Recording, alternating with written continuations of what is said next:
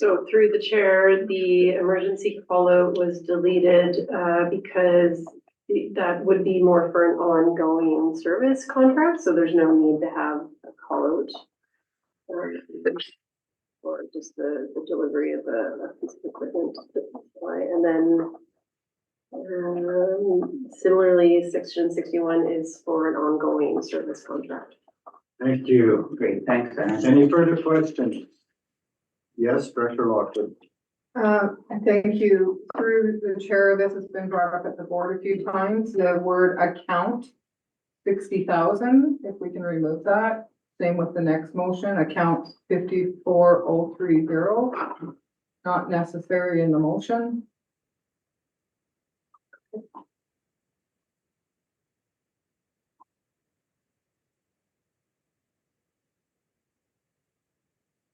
It doesn't change the motion, it just is not confusing information for public. Do you have a comment?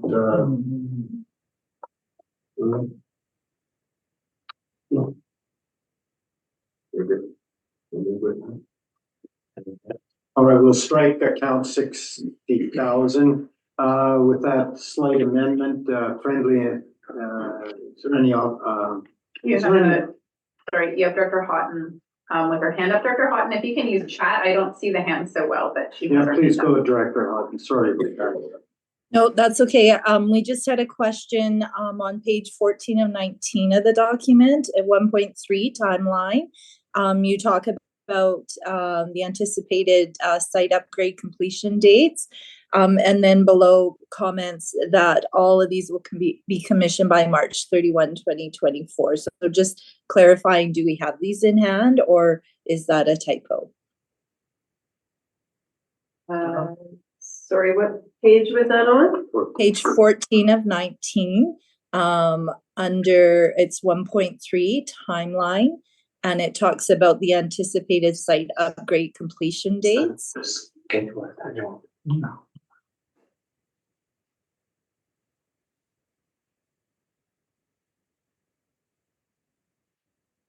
That should be 25 is my guess. I suspect so. We suspect it's 25. Yeah, If not, so just, will be. okay. Thank you. Yeah. Seeing no further online chats, hands up, nothing in the room, we'll call the question. And all those in favor? I think we can go that way. Thank you. That's carried. We'll move on to agenda item number 4, waste hauling services for the West Sub-Region. And we have someone doing a presentation. So let's see who it is. I'll turn it over to you. Through the chair, Larry will speak to this one. Larry, go ahead, please. Thank you, and through the chair for the West Sub-Region hauling contract. A few notes here. Waste hauling from Roseberry and Slocan transfer stations has been contracted to GFL Environmental since 2021. While several operational issues have been documented throughout the existing contract period, services have been improving since GFL replaced their manager and the RDCK hired a new operations supervisor overseeing the contract. The end of the existing contract is September 30th, 2024, with the possibility of up to 2 one-year extensions. The existing contract does not have an annual adjustment clause to define rate increases. So staff reached out to GFL to request rates for a potential extension of this contract. The GFL manager stated that they would be interested in a one-year contract extension at a 2.5% increase, which is expected to be in line or slightly lower than the CPI inflation rate, or a month-to-month extension at a 9.5% increase from the existing contract rates. A one-year extension at 2.5% rate increase would be expected to fall within the amount budgeted for the West Sub-Region falling in the 2024 financial plan. Based on an analysis of the in-house hauling costs for the Central Sub-Region, the estimated cost to extend the contract to GFL for this hauling service is less than it would cost to bring the hauling services in-house at this point in time. This waste hauling contract is expected to change substantially in late 2025 with the closure of the Nakusp landfill, as waste will also need to be hauled from Nakusp to Otishania. The annual amount of waste received at the cusp, including waste received from the Edgewood and Burton transfer stations, is approximately double the total tonnage that is currently received at Roseberry and Slocan transfer stations. The addition of 2 compactors to the Cusp facility should help decrease the amount of hauling required. Staff recommend that the existing GFL contract be extended for 1 year with the condition that the noted deficiencies must continue to be addressed. This would give time for staff to better estimate how the installation of the waste compactors will impact the hauling frequency and to allow equitable and competitive procurement for the expanded waste hauling contract. Thank you, Larry. Moved by Director Popoff. Is there a seconder? It's seconded, and comments. Yeah, thank Yeah, you. go ahead, Director Popoff. Yeah, following the suggestion from Director that account 54003 be removed on that recommendation, so and staff was okay with that. So I do have a question, and I don't know, it's more a statement than a question. We've asked staff to look at in-house providing that service. And for 2023, according to the report, 60% savings by using GFL. And then when I take a look at 2024, 95%. So can you clarify that? Why the magic increase? Through the chair, what I understand is that GFL's prices went up, so that the 2024 values are what they don't give us complete details on what their per kilometer rate is, so we have to interpret it through some information. So that is the rates for the recycling hauling, and so we're just assuming that a hauling contract for waste would be similar per kilometer. They're very similar size bins, same kind of trucks. So their rates from what we currently have for the waste hauling to recycling has gone up that much in the last year. The other thing to note is our in-house estimate at present was only calculated with 1 year's, I think it was 2023 or 22, I can't remember which year, do you recall, Larry? 2023. 23's mileage. And so we're working on getting multiple years so that we can better average it over multiple years and confirm, because 2023 was a bit of an odd year with us. We didn't have as many, we had a driver shortage and we actually contracted out some services. So that 60% might be, we need to get some other years to ensure how accurate that is. A supplemental, if I may. We're doing a 1-year extension if approved by the committee here and by the board. And then we're gonna go for a request for proposal on this, and from what I understand, in their report. Are we gonna compare our in-house costs to what comes back from requested proposals? Maybe I can answer that through the chair. Yes, we calculate our in-house cost simply for the fact if we have a tender process that would come back. Let's assume a single bidder with a very high price. We have an upset limit by calculating the in-house cost where we say this is the cutoff point where we reject bids and go back to the drawing board and review if in-house makes sense. So this is for us a calibration point that we use, and we will continue to do more so now in regards to assessing our in-house cost and comparing to external services. Thank you. Thanks, Director Casely. And then David off. Thank you. Yes, it really hasn't improved that greatly for us. Yes, we don't have overfull bins or waiting on bins, but they've been hauling half full bins to keep this scenario going. And in the future contract or even this one, is staff going to make them work on the Saturday? Because that is what is causing the problem. And if they choose not to, well, I guess then we just suffer with it. We have given up complaining. The bin or the mess around the bins is not being cleaned up, and there are still just ongoing situations with this company. So I don't know. It's crazy. The fact that you have to remind that staff needs to inform the board is that for the regional district to haul bins up here is that the bins are different styles than the ones they haul on the central waste. So that's a different truck.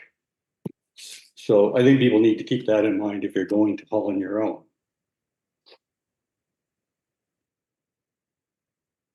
Thank you.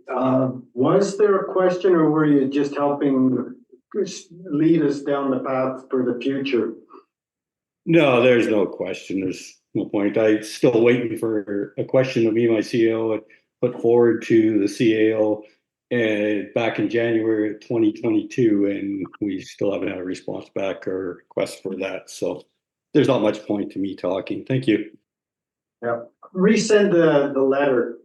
That'd be my suggestion, just email Stuart. Any further, David, Director David, please go ahead. Thank you, Chair. Yeah, so staff just in its report spoke to a new manager and replacement, and I've been receiving questions about how we manage our landfill and what portion of our landfill operations that GFL actually handles under our supervision. And then I'm hearing about a lot of crossover issues because we have portions of our landfill operations at 3 sites where GFL is actually handling the rolling stock and recycling and everything else at the landfill, and then our staff is handling other portions. And I keep getting questions about what I checked with the CAO, and they are crossover issues. And really sometimes you don't know who's in charge of what. And so I'm a little confused. So I'd have I'll tell you what, Director David, I'm going to pause that because I don't see it being connected to the motion for extending the contract for 1 year from October 1st, 2024. Once the vote has been held on this, I think we'll have time for you to ask us kind of a general question before we move on to item number 5. Well, so Chair, we'll muddy the waters on the issue of this contract approval. Yeah, Chair, respectfully, it has been discussed because we talked about in-house versus external. So you've allowed other people to speak about going in-house. Staff spoke in their report about looking at going in-house instead of extending. I'm not following how that has anything to do with extending the contract that's in front of us. We're not talking about that's fine. Doing it in-house. So anyway, I'm trying to get this motion dealt with, and then giving you the freedom to ask some further questions about the management of the contracts and the landfill. So please just raise your hand after the vote. I'm good, Chair. I'll pass. Thanks. Yeah, no, it's worth discussing. So on the item on the floor, yes. Sorry, just procedurally, those online, it's really difficult to see your hands. So thank you, Director Keasley, for putting your name in chat. Director Zelznick, I now see you. If everybody online that is a director that wants to ask a question, please use the chat function, put your name there, or else we might miss you or you're in a different order. So you also have Keasley for a second time, Zelznick for a first time, and also chat is not for discussion, only for putting your name in chat, and you can speak then. Thank you. Fair enough. So Director Zelznick, on the motion, please go ahead. Thank you. Through the chair to staff. So for Nakusp, this is brand new for hauling bins this way. And the question I've got, I understand the mixed waste and the bins and this and that, but what I'm really confused on is commercial mixed waste. So this is going to be brand new for, I'm getting a lot of questions on this. So the question I've got, someone comes in with a big trailer, he wants to put it in these bins. Is it going to fit, and are they allowed to bring it? Now, I just, is this a question on this contract or is this on the transition of closing the cusp? The transition and capacity of the landfill. Hold your question, we'll deal with it. We're gonna open up the transition question after we deal with this contract. So please come back, Director Davidoff and Director Zelznick, on the transition. We'll just put a little footnote there to deal with that. On the motion, did you say Director Casely? Director Casely for a second time. For a second time, Director Casely. No, please. no, thanks. It's fine. Thank you. Okay. Thank you. So we have a motion on the floor, which is extending a contract for 1 year for doing whatever. And then we'll open it to see if there's any conversation. Any further discussion on the motion on the floor? Seeing none, I'll call the question. All those in favor? Is there any opposition to extending the contract? I see no there is. Yes, and I'd like it go recorded, please. We don't record in committee, but it can be tomorrow at board. So that carries. This contract can now be extended at that 2.5% increase or whatever. And now, just fitting in between 4 and 5, are there any comments that people from the West sub-region would like to make regarding the Nakusp landfill closure or any questions? And then we can further take those offline, or West Resource Recovery Committee can certainly have that as an agenda item. And I see Director Casely, please go ahead. Yeah, I think it's very clear that we need a West Waste meeting with the West Waste recipients that are paying into this service. And so unfortunately, we haven't been able to have these, and it is actually very clear that it needs to be, because there has to be some clarification around some of these questions that we have. The chair is nodding, so thank you. He's heard that, and we'll be talking to the members of the committee about that and staff. Walter would like to say something. Please go ahead. Yeah, if I may, I've got your request, Director Casely, and I'll talk to staff and see if we can arrange a West Resource Recovery meeting in the near future. Excellent. Yes, Director Lockwood. Yes, Just a general comment, if any director feels they are in the need of a sub-regional committee meeting, please contact your chair and discuss to your chair the reasons for that, and then the chair will ask staff to schedule a meeting if the chair feels it's appropriate. So that's the typical process.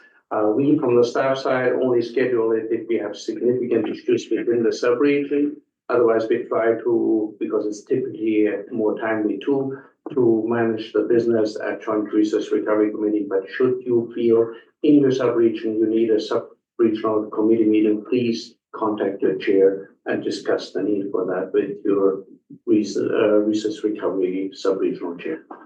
Very good. Director Davidoff, is there anything you'd like to add?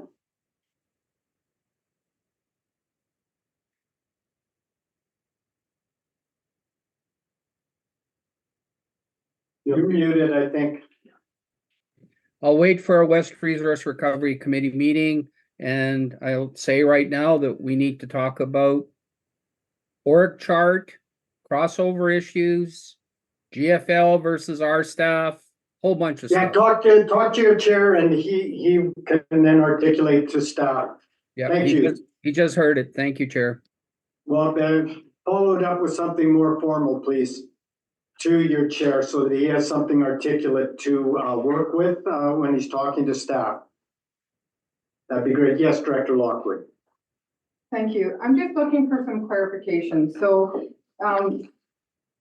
usually we have questions or whatever before a motion gets put on. This motion got put on, and then I've heard some frustration of people wanting to have a discussion about it, but wasn't allowed. And now I'm hearing that they don't want to talk about it because the motion's passed, is what I'm hearing. So I'm looking for some clarification. Are we? I'll tell you exactly why. Okay. I think there was a motion, and then there was a bigger issue. The motion is very clear. It has nothing to do with anything other than extending a contract to move things. So that, the chair ruled that that's the issue. Not that there were other issues with all of our landfills and all our moving stuff and what have you. And that's why we wanted to the chair wanted to separate it out so that we could deal with this issue that has, in a sense, nothing to do with closing or whatever. You're gonna have to move the garbage at some point from the cuss somewhere else, but it's not to do with this item. Then we had a discussion. So I think that's the value of having committee meetings, is that we have that flexibility to be able to explore things, but I don't want to muddy the waters with the motion that's on the floor. That was my logic. No one challenged me, whatever. No, that's, You know, thank you for that's the good. clarification. Challenge me for sure. Nope. Director Papa. No, I am not challenging you at all. You know, and it's just to reflect on what Manager Wolf stated.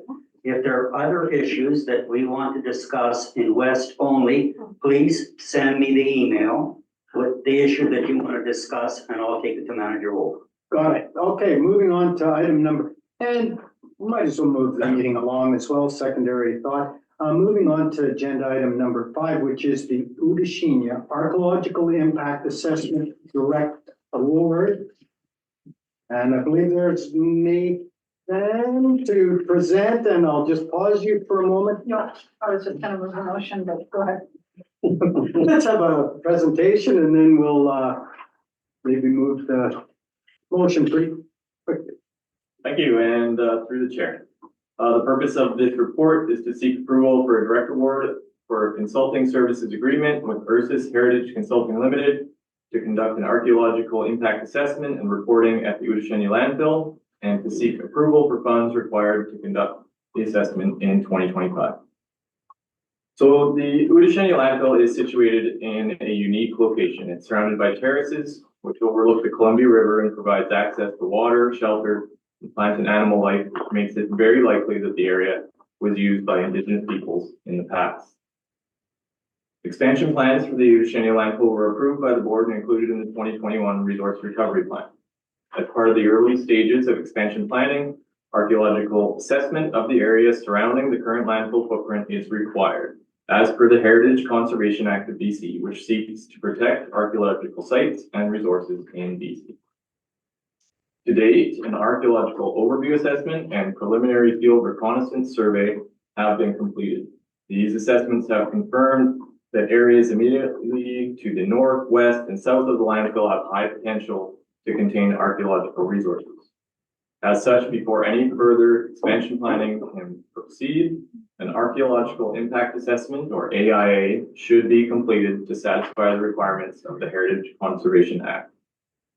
The AIA provides the means to accurately inspect the areas of archaeological potential for the presence of archaeological sites through subsurface testing, and provides recommendations regarding the management of any identified archaeological sites. The assessment is done by a heritage consulting firm professionals and First Nations representatives.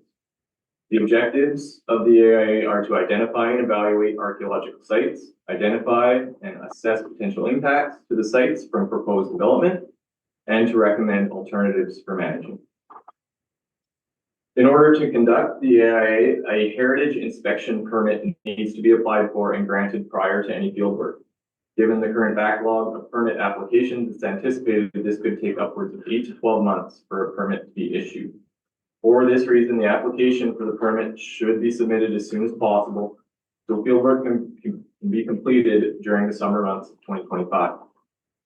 Ursus Heritage Consulting Limited has completed the AOA and PFR survey for RDCK and has been able to provide these services at or below their estimated costs. While other firms provided cost estimates for both these projects, Ursus has consistently been the lowest bidder and has provided excellent customer service and prompt turnaround time for reports. Staff reached out to 2 other consulting firms in regards to providing an estimate for the AIA. However, both firms declined, stating they did not currently have the capacity to take on this project. Given the need to submit the inspection permit application in the near future, the lack of interest by other consulting firms, and satisfactory work and familiarity of the project from Ursus, staff recommends issuing a contract to Ursus for the work under the non-competitive purchase mechanism. This will ensure the inspection permit is obtained for the 2025 summer work season and will maintain consistency with the archaeological consultant through the entire inspection process. The costs associated with the project are $1,040 for the heritage inspection permit application to be incurred this year, and $66,640 to conduct the AIA to be incurred in 2025, paid from Service S188. This project was not anticipated at the time of developing the 2024 to 28 financial plan, and funds were not included in the 2025 budget. If approved, this cost will be added to the 2025 to 29 financial plan. There is potential for reducing the cost of the AIA if the study area is reduced to only include the area south of the landfill, as the northern area is not likely to be disturbed in the near term as part of the current expansion plan. However, over the long term, it is likely that this area will undergo disturbance. So to assess all areas of archaeological potential now would be more economical and would provide more certainty in planning for future development and use. There's also the option of foregoing the impact assessment and instead having archaeological monitors present during all clearing and excavation activities to watch for any potential archaeological evidence or artifacts. While this eliminates the need for an inspection permit and the upfront costs of the AIA, the process could be very slow, thus increasing project costs. And it also creates a high risk for project delays, including project delay claims. A potential third option is to proceed with an RFP for the AIA if the board wishes to follow the competitive purchase or procurement process. However, this would delay the permitting process and likely push AIA work to summer 2026. And thus make field planning at the landfill very complicated and could force implementation of landfill liners in the next 2 years. This could increase landfill development and operating costs substantially. So with that, staff recommends that the board approve the RDCK to enter into a consulting services agreement with Versus Heritage Consulting Limited for completion of an archaeological impact assessment at the Udasheni landfill up to a total cost of $67,680 plus GST, and further that the cost be paid from Service S188 West Sub-Region Resource Recon. Thank you, and it's moved.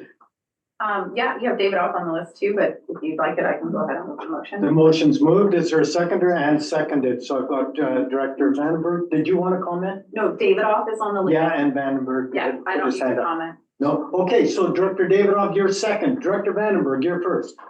Thank you, through the chair. First of all, I'd like to know which of the motions was moved. I presume it's the first one. The one I've got that two Nathan read questions. out. I can get that anytime. I can get two questions. First is the heritage inspection permit. Is that something that has to be done by the consultant, or can RDCK do that? Through the chair, Nathan, that please has go to be ahead. done by the consulting firm who's planning to do the AIA work. All right, that then ties in the 6 to 8, 9 month requirement that made delay it. My second question is, if the AIA was going to be a part of this anyway, why couldn't we have saved time by not having a desktop assessment, not having a preliminary field recon, and just went right into the AIA? And then your other comment that caught me was, this would eliminate the need for architectural monitoring, but I would disagree. If you're going to discover some areas of anomalies through the radar, you're going to be doing the monitoring anyway. So I guess my question is, why did you bother with the first two steps if we're going right into the third step, which is the meat and potato step?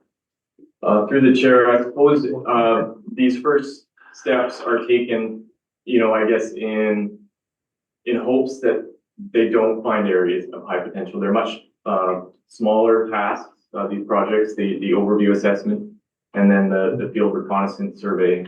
It's a natural progression of steps to assess a site like this.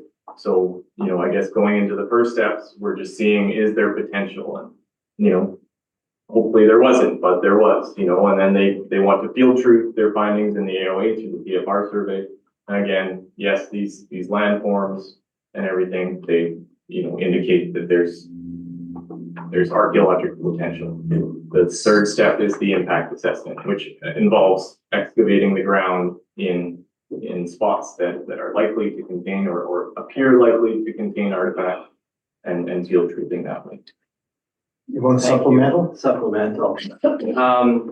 This is very similar to environmental phase 1, 2, and 3. You're going right into a phase 3 now. Where the heck? So my interest is, I know this is S1 and 88, but this is the sort of procedure that may affect me on the east one day. So I would like to better understand how these steps work together and work with one another. The preliminary field recon report reported low architectural potential. Now, does that have to, in order to not go with the third step to phase 3, the AIA, would they have had to report no architectural potential, which there's no way they can? So I guess, once again, why did we spend money, don't know how much it was, to do 2 steps, when the third step is what's the relevant step? Through the chair, my recollection of the PFR was that these areas were of high potential, not. In the report, it says low. Well, that's a good question. So the question is, hey, if it comes up low, why do we bother going ahead? Why are high? And you can take it offline. It was thought to be high, and don't need to bog that down. Good question. Preliminary is very valuable to see if you have to go further along. Is there a supplemental, Director? No, that's it. I just wanted to make sure I understand what the process is that we're paying for to achieve the goal. Yes. Through the chair. Yeah, go ahead. And anything you can kind of guide me in this as well, like the multiple steps. So the first one I think was $1,000 or something. The second one was a few $1,000s, and this one's, I don't even remember the number. Yeah, so, going into this one that costs over $50,000 is not the natural first step. So and some areas have some data already in mapping that we can kind of get an assessment. So there might be the occasion where somewhere is through that desktop mapping that we have access to identifies really high potential. Maybe that would be a good opportunity just to jump into that first one. Some areas don't have that mapping available, and I guess sometimes that potential is for us that are not archaeologists, it's hard to make that determination. Thank you. Due diligence, excellent. Yes, is there other speakers? Davidoff. Director Davidoff and then Director Watson. Please go ahead, Director Davidoff. Yeah, I'm going to speak on privilege right now, Chair, if that's okay with you. What's your point of privilege? Point of privilege is I feel very uncomfortable in this meeting. I feel very uncomfortable that 3 directors from West Waste have questions, want to have fulsome discussions about 3 items in a row that deal solely with West. We are now dealing with a budgetary item that is not in the financial plan, that is strictly a West Waste. And the key thing is that I feel really uncomfortable that I don't feel comfortable asking any questions because the chair is in hurry up mode. Giddy up, giddy up, giddy up. Let me just clarify. This is privilege, Chair. And Okay, well, what do you want to do about it? I feel uncomfortable that these things and staff did not. Well, let me explain why I asked you to. Let me explain why I asked you and not Director Casely to pause and wait until after the motion. Director Casely's comments were actually in regard to the performance of the contractor and how well they were doing the job. And thus I deemed that he may be speaking in opposition of awarding anything to this company. So I ruled that he was talking to the motion. Your comments were not, in my opinion, talking to the motion, but were relevant to the closure of Nakusp. Therefore, I said, why don't we table your comments for now, and then we will open up an entirely separate issue for you to provide feedback to your chair and to staff. So I don't know what to do with points of privilege. I'll do my best to keep the meeting orderly, on task, on the agenda that's here. And if you feel uncomfortable with it, well, I thought I dealt with you in a very, very supportive way. But sometimes you just get told that the chair says it's not on topic, so we're moving on to on topic.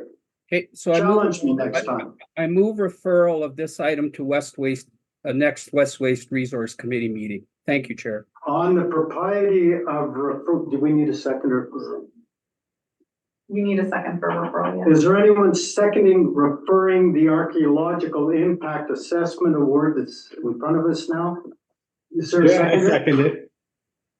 So it's moved and seconded, and now, according to what's allowed, I'm gonna ask staff to comment. Important is what Nathan pointed out already. The reason for the form of awarding this contract is the timeliness. There's a high potential if we defer this to the next West Resource Recovery meeting to get a decision on it and then back to the board, that we by then have lost the window to obtain a permit and conduct the work in 2025. That's what Nathan pointed out in his report. So that's the risk by deferring the recommendation for decision making to a future West Resource Recovery meeting.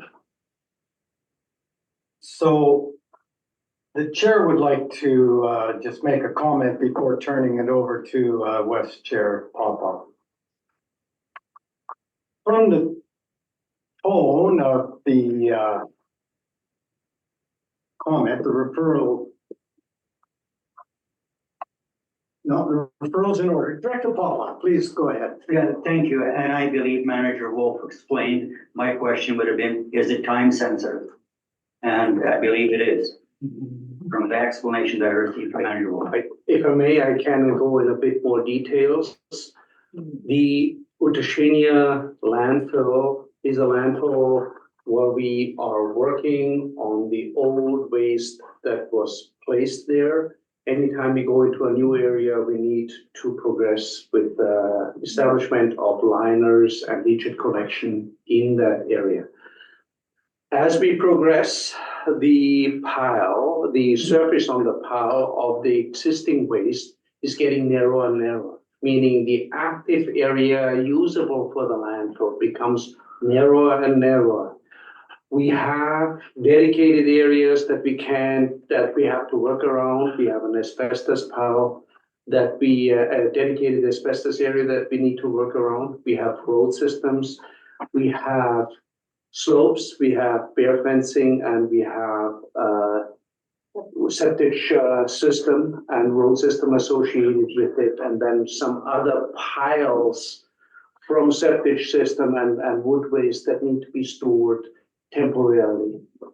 And anytime we have a larger volume coming of waste, of a specific waste coming to site, we require storage space too.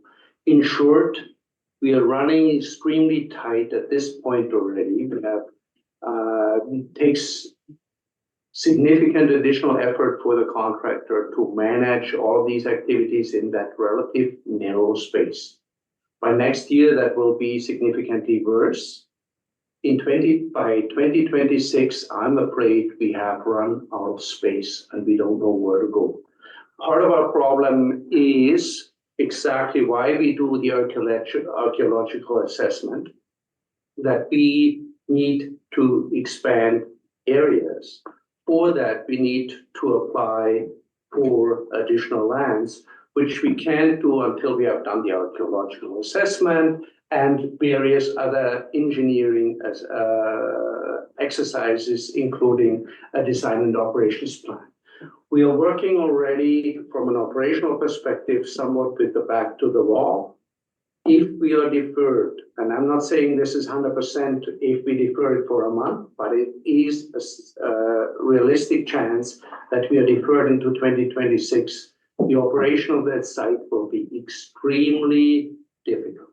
And that's our concern. Thank you, Chair. So in short, it would incur additional costs by deferring this. Thank you. And potential compliance issues. Thank you. You have David off to close on referral, which generally you don't do. We don't.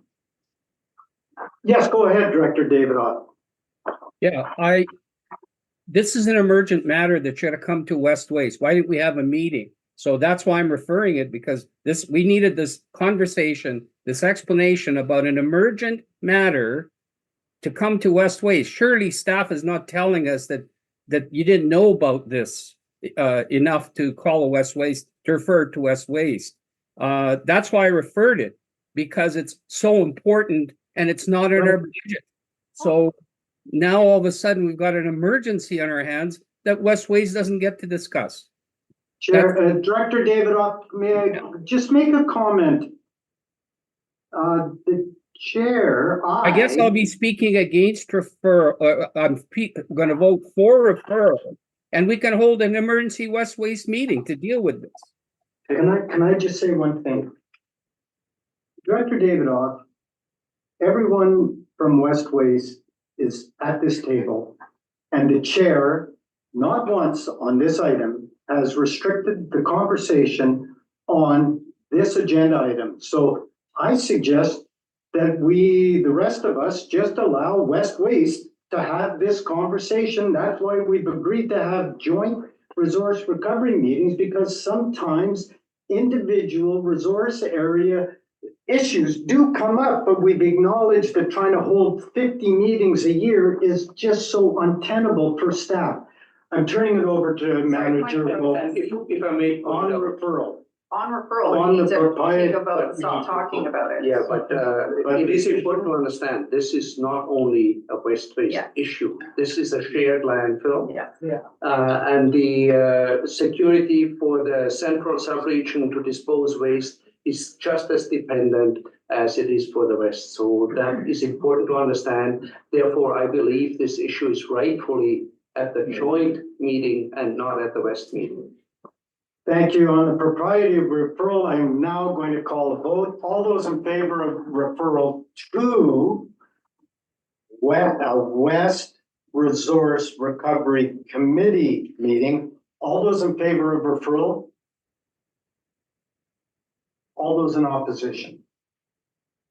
The motion for referral is defeated, and we are now back to the main motion that has been moved and second. This is to award a contract, direct award. Are there any other comments on that? Yes, Director Jackman. I did have one I'm almost sheepish to ask. We've got the consultant's costs, this is a substantial part of it, but there's also reference to several Indigenous nations who have an interest. Do we have an anticipation they're gonna ask for any funding at this point? Or would they not look for funding until there's actual work on the ground where digging would occur? Are they gonna likely ask us to fund their review of this consultant's work? Has this happened before? Through the chair, the cost of 60,000 and change includes First Nations representatives' time at the site. They will be there with the consultant. Now, I can not comment on whether or not they will ask for additional funding. That's good. So they're at the outset. Good question. Thank you. Director Schmink, and then Director Davidoff on the motion, Director Lockwood. Just speaking in favor of the motion, I have no difficulties with it, but I'd like to bring one issue forward, and that is to ensure before it's any documents are signed that the staff ensure that the firm is in good standing with the provincial archaeological branch. Yeah, thank you. Fine, Director Lockwood, please go ahead. You had somebody before me. No, I think it's second time, so Director Lockwood for the first. Mine's just a correction in the motion. It says service S166. I know that he said service S188, which is the correct service, but the motion says F166 in our agenda. 188, right? Yeah, it is Monday. Nice try. Got that, Emma? There is no emergency. Yeah, we tried it down. Nice try. Okay, thank you. Director Davidoff, please go ahead.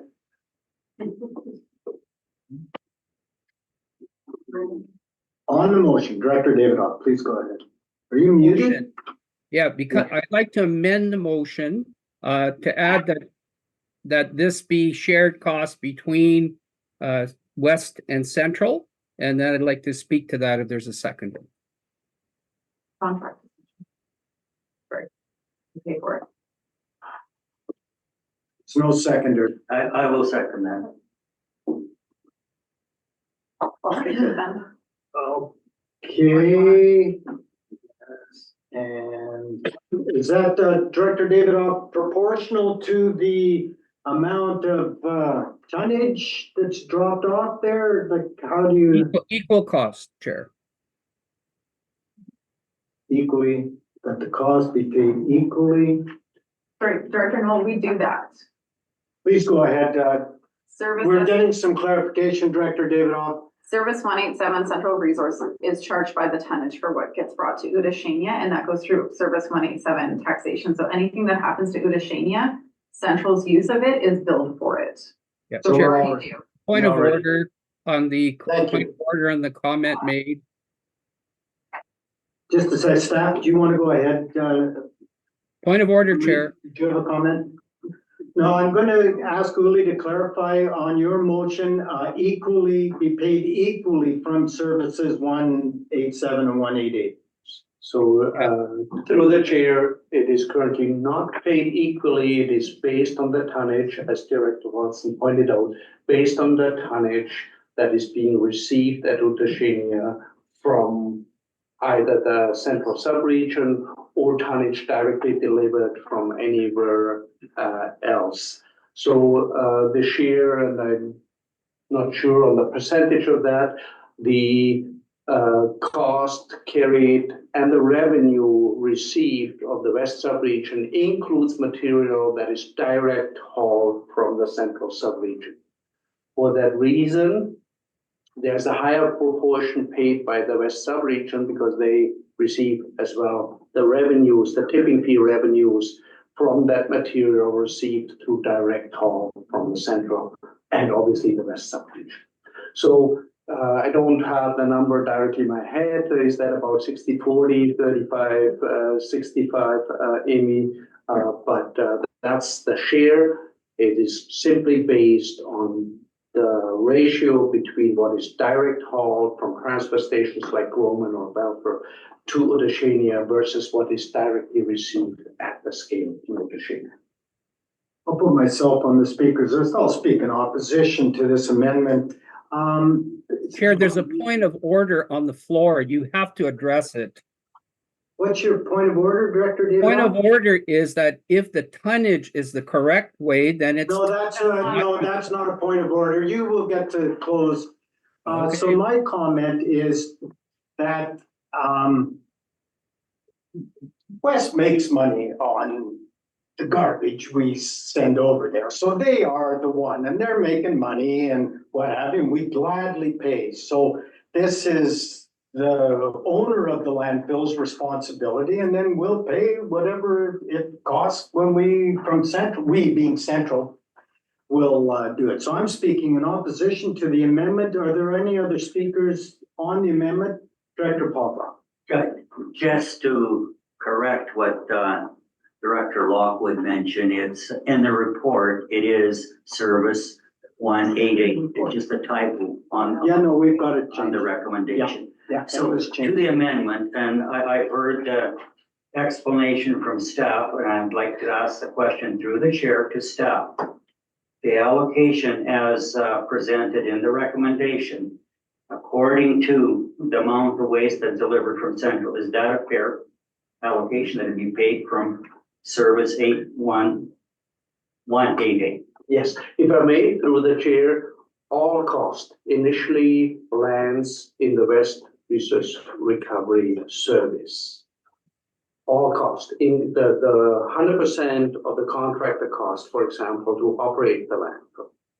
Then at year end, staff looks at all cost, looks at the waste ratio between direct haul to Udashania and what came from the central subregion, and based on that ratio allocates all costs associated with that landfill, with exception of a little bit in regards to recycling facility and other smaller costs. But otherwise, all cost of that landfill is divvied out based on that ratio between direct haul to Oceania and what is brought from the central sub-region transfer stations.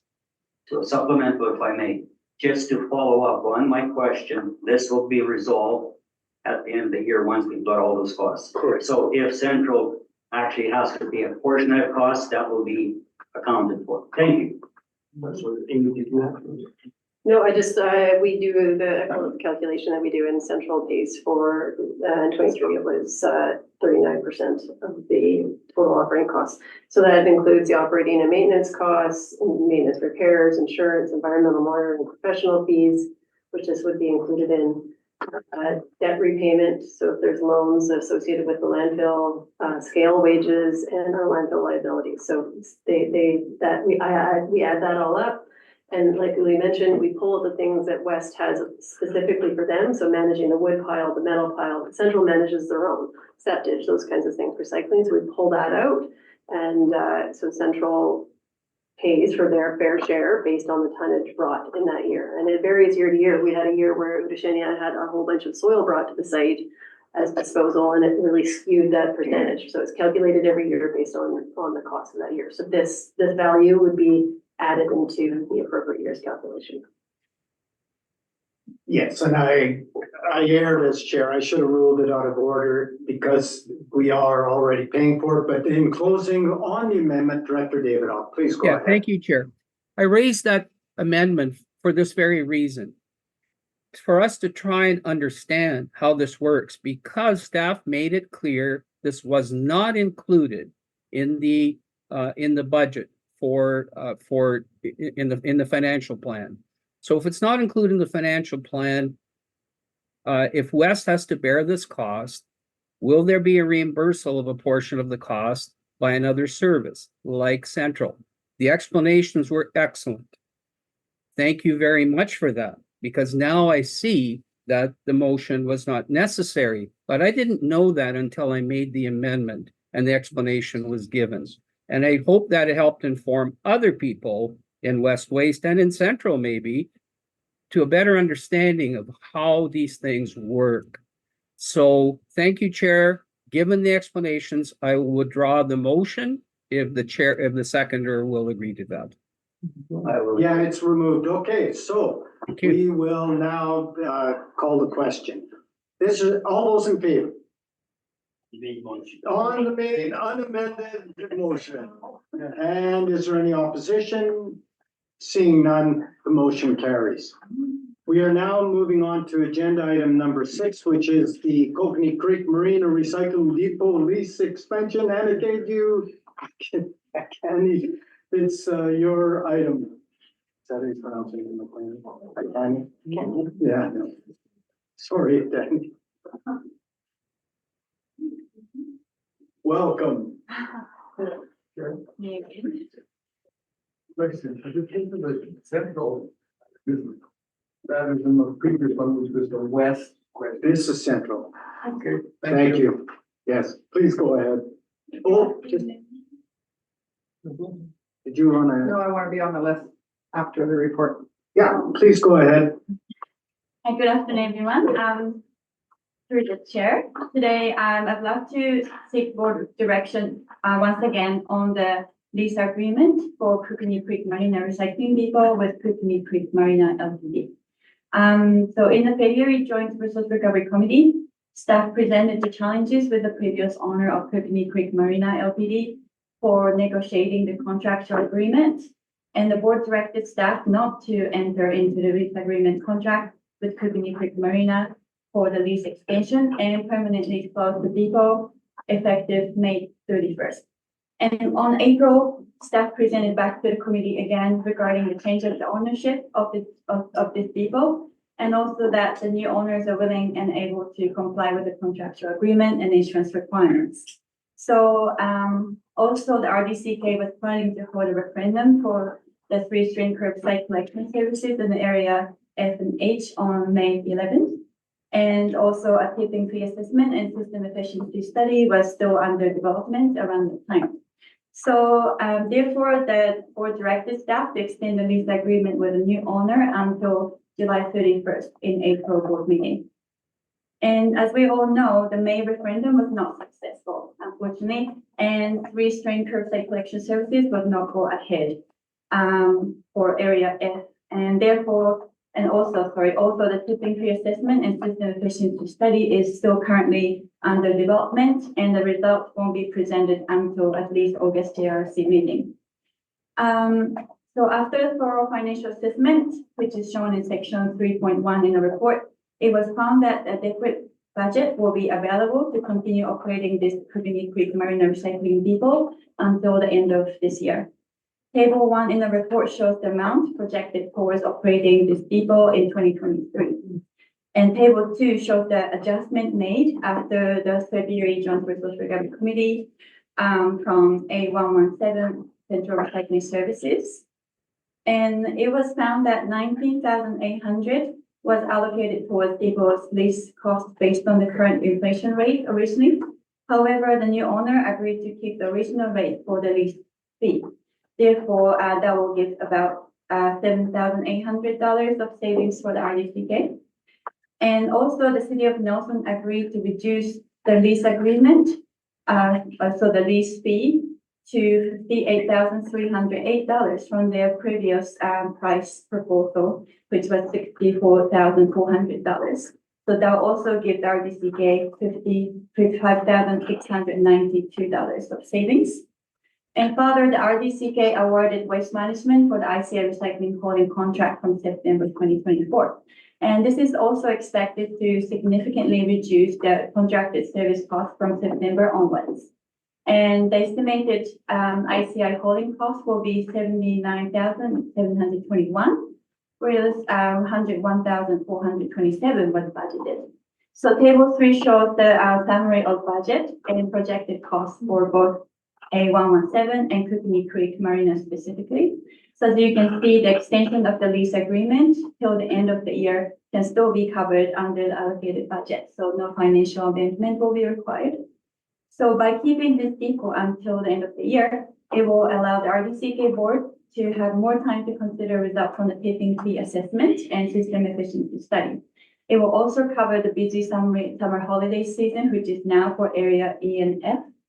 And also it will provide sufficient time to notify stakeholders if the board decided to permanently close the depot later on. And the cons of this option is obviously the additional operational cost is required to keep the depot operation until end of the year, which is another 5 months. However, if the depot will be closed end of this month, as originally planned, the result from the tipping fee assessment and system efficiency study won't be integrated into the making. And also the RDCK would at least need another month extension also to be able to permanently close the depot officially and notify the stakeholders in the area. So that will again will be costed RDCK to have the depot for additional month. Therefore, staff recommend the board authorize staff to extend the lease agreement with Kootenai Creek Marina Ltd for the lease of land associated with the Kootenai Creek Marina Recycling Depot until December 31st, 2024, and further that the funds will be paid from Service A117. Thank you. So we do have a speakers list, and I just need to check with who votes on this. I think it's just Central. Could I move the motion and then we could debate the motion rather than just discuss it and then get to the motion? It's Well, you're not first on the speakers list. Director Lockwood was. So, but I just want to see who votes. So in committee, you don't use corporate weight. You don't use corporate votes. It's just. Everyone here can vote on our item. It's only a board that we have. Doesn't seem fair, does it? Okay, whatever. Of course. All right, Director Lockwood. Sorry, Director Cunningham, but Director Lockwood is on the speakers list. So please go ahead. Thank you. Prior to moving the motion, I assume. Pardon me? Do you want to move the motion? Absolutely not. I am very, very frustrated. Very frustrated. So why don't we not have the motion My on the first floor? off thing is, no, I do not want the motion on the table yet, because I want to speak against this, because we sat here as a board and debated this back in April and came forward with a motion that this was going to end effective May 31st, 2024. have no idea how this got back on, how staff with this direction is now bringing it back in July to have it extended till the end of the year. If this was to, it was happening in April why this wasn't at the May meeting is beyond me. I'm not, I don't know how this got back on the table. But I'm speaking against anything that we're bringing back after a whole table voted, and I looked back and nobody was opposed to it. That a whole table said not to move this forward. Well, I can, I'll just briefly, say things changed. And so we then said, well, let's extend the closure to see if we can talk to the new owners because they might be amenable. And now that's how it's evolved. So we now have this option and an opportunity to extend it until we have the tipping fee at no major financial amendment required. So that's how it evolved, and it's here now. And we've come to having this potential recommendation on the floor to extend from July 31st through to the end of the year. So that's the. Yep. If that is the case, then am I to believe that anything that the board directs can be changed at any particular time and expect that staff is going to hold off because this says effective May 31st, 2024. So am I? The board changed it. Yeah. The board voted to change it and extend it. I took July 30th. Sorry, please, staff. Mr. Chair, so as I explained in the report, I presented in February actually, when I was discussing with the previous owner, and that person disagreed that he had to have insurance against everything to do with his land and his business and everything in the surrounding area. So which was a huge risk to the RNCK to operate and also to assist him on the fee that we're paying per month, which includes maintaining costs. So he was really against the agreement that we made, and he refused to extend. Therefore, I have to bring it to the board to discuss about it, and then the board has agreed that we should put the default based on that particular topic. And then the change of ownership occurred soon after that.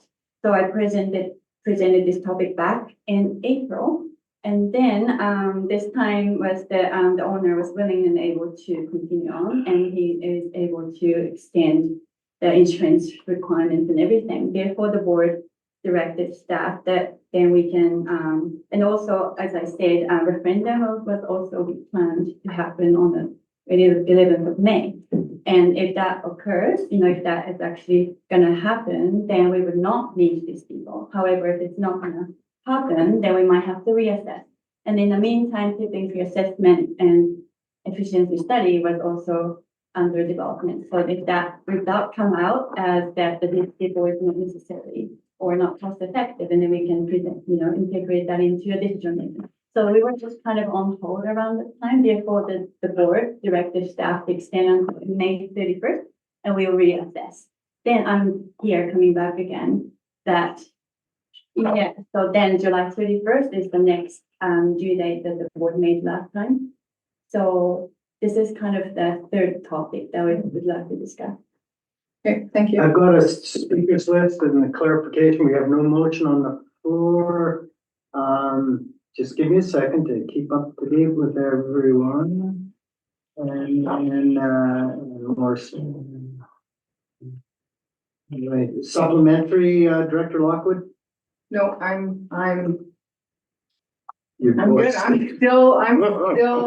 We've decided that we were going to really seriously look at how many depots that we had out there, and we had a great deal of discussion around it, and I thought that everybody was finally at a spot. Gosh, we have spent so many hours on discussing it, and now it's back at this table to extend it again. I'm just frustrated. No Thank you. supplementary. Yes, go ahead, Yeah. Uli, and then we'll Just move on to briefly, Director so Cunningham. resolution 216 24 actually extended this to July I 31st. thought, I And the reason behind further extending that is that we are hoping to have August or September an extensive discussion about bringing the cost study to the directors and have the discussion about what we can do to curb cost, be more efficient. And I think looking at this depot in the context of the overall picture makes sense. And that's why we proposed to extend it further to the end of the year.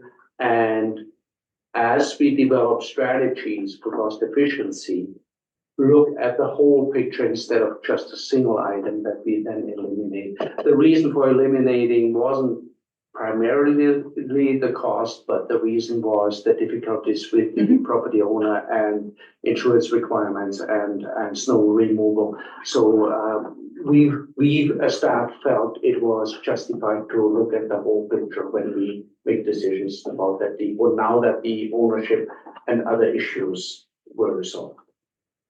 So I do have a supplementary. Can we make sure, I'm talking to whoever is gonna be chair, I guess you would be of ours, is that we have a central meeting so we can discuss that wholly and not at a joint. Yeah, let's see what the tipping thing, well, let's see how this motion goes and then we'll see how that review goes. Thank you. And you can email me with the details. I can't get into my computer. Director Cunningham, Director Watson, Newell is not going to speak, McFadden, Morrison, May. I'd like to move the motion, and if there's a seconder, I'd like to speak to. Is there a seconder? It's seconded. It's now on the floor. Go ahead, Director Cunningham. Yes, I mean, we also remember are in the business of providing a service as well as, and if we could eliminate all the outlying things, we would be saving money, but I'm not sure we would be providing service. Residents in the area are used to getting that service. And at that time, it was assumed that if the referendum passed, they'd still get a service except just not at the depot. It would be paying for individual collection at their homes. That fell through. And of course, and what didn't fall through was the fact that we felt that we couldn't get the service at that site anyway. We may have to look for a different site because of the insurance problem. And that, of course, also fell through. And in fact, we are able to use that site again, and the referendum didn't go through. It makes sense at this time that we extend the agreement until we can look at the whole thing in fulsome and make sure, make sure we make the right decisions going forward. But I would be opposed to cutting it off just because, no, we need to go the way that was mentioned by yourself and by Uli and by yourself, because I think that is the only correct thing to do. So it's moved, seconded, spoken to, and now we'll go Watson and then the three M's, McFadden, Morrison, Maine. Thank you. I think it's been said by Director Cunningham. I just want to separate out when we get the full review on, waste effectiveness, that's when we deep dive into service levels. This is actually a lease agreement that was an issue that perpetuated maybe we have too many. Let's just end it for now. New owner, new conversation. So I don't have a problem with this one. If Area E, where it is, wanted a different take, I'd listen to that. But the broader waste efficiency conversation is when we should be having those deeper dive service limits, too much, too little conversation. So I'm good with this motion, unless Area E feels differently because it's your residents, and F that mostly would be using the facility. But all F. Oh, yeah, but they go without, anyway. Staff was in close contact with both directors, Area F and Director E, Director William, in this issue, both being extremely supportive in regards to continuing the discussion with the property owner. Thank you, Director McFadden. Please go ahead. Thank you, the chair. I just wanted clarity on what the date, the actual motion from the board was, because I do have an issue that if the date was the 31st and we've continued it without board direction, then I would have an issue. But I saw the date was the 31st of July, and so I just wanted clarity around if we're still within the scope of, so that's all I want, and got it. We're all good. No rules yet. Director Morrison, please go ahead. Thank you, Chair. So I just want to, and listening to the report being delivered, is that this extension, which of course will be costing money, I'm hearing that somehow miraculously there's been savings in resource recovery that will actually cover off the costs until the end of December. Did I understand that correctly. And, this is, now I'm gonna get called for asking a supplemental that doesn't pertain to the motion, but, when is the waste efficiency discussion going to occur? Through the chair, we're aiming for August. We're still going through the final versions. We have actually a meeting tomorrow. Sorry, the draft versions, trying to finalize the outcomes of the study. So we are hoping August, but Heidi, who's been leading it, is on leave, so it's now moved back to me, and I'll be working with Uli, with the engineers to get it completed. And based on us still not having a final at this stage, is likely going to be September at this point. So supplemental? Yes. So then, if this discussion happens, this contract could be ended earlier than December 31st, or is it staff's intention to have some certainty, get some kind of signed agreement with the leaseholder, and with a stipulation that December 31st is the end date, and then it would be subject to renewal after that, depending on. I'll take a stab at that. So should we receive a staff direction in September, we wouldn't be able to renege on the lease agreement that it goes to the end of December. But the main cost for us is the staffing and the hauling from the depot to the next core. That cost, as soon as we close, would go away. We will need about a half a month or so to clean up the depot anyhow. So should we end of September get the direction from the directors to close this depot, we would be in mid-October anyhow as a minimum to remove the materials there. So yes, we would pay about 2.5 months on the lease, which is $1,000. $1,000. So it's in the overall picture of the service delivery for that depot is the much smaller portion of the overall cost. Thank you. Supplemental? I'm good. Excellent. I'm doing right, perfect. Director Main. Thank you. With acknowledgement that this motion is actually about the lease, but because it references the tipping fee and system efficiency study, I just want to caution that that efficiency has to include cognizance of the service we're providing. It's not just dollars and cents. It's how are we satisfying the needs of our residents. Having experienced the closure of a recycling depot in Silverton, I know how it impacts the community when you close a depot. We went from it being a grassroots movement for recycling to being a regional district-wide service that we were doing, and then having bought into the provincial program. It changes all the time. We have to keep in mind that it's a service, not a moneymaker. Thank you. Thank you very much. Go ahead, Very please. briefly, Yes, just to clarify, and this is not only about cutting or remaining services. It is as well things like subsidizing wood waste, so various rate structures that we're hoping to look at that.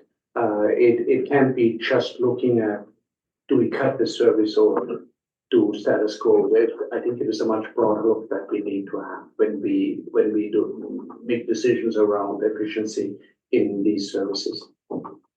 Thank you. With a motion on the floor moved and seconded and debated within the affirmative and negative, I'm going to question to which everyone can vote at this table. All those in favor? Is there any opposition? The motion carries, I think is the exact correct wording. So we'll move on to agenda item number 7, then we'll contemplate a break. Director I Cunningham. hate to interrupt, but with regards to this, will this kind of thing be involved in our discussions for next year? In other words, will we be starting at next year's budget and all these things will be part of an entirely budgeted thing for next year? Is that what we're starting on early? I hope. And will it be entirely west waste? Let's just let her leave. Yeah, absolutely. I mean, that's why we had hoped we have it in August, so we have all the consideration and directions that well before we start the budgeting process. But with September, we are still ahead of the budget process, and we would hope to fully incorporate whatever your decision making is into the budget process for 2025. And the second part of the question, but then this will be a west waste meeting. Central? Central. I'm sorry. I just wanted to ask you something. Should invite you. Well, we'll work on that.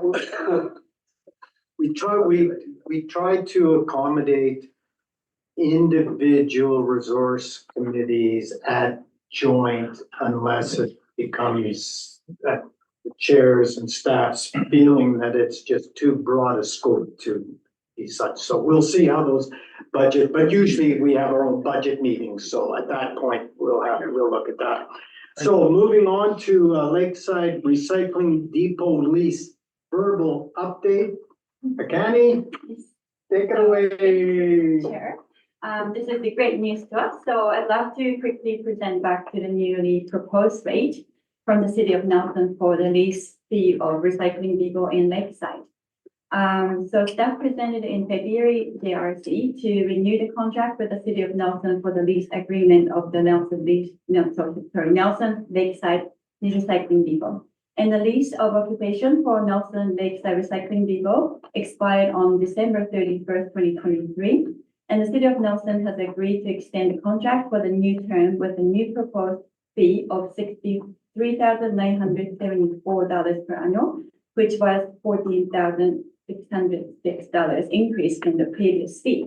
Therefore, the board directed staff to reach out to the city of Nelson and then negotiate the fee and also requested the explanation of how this was calculated.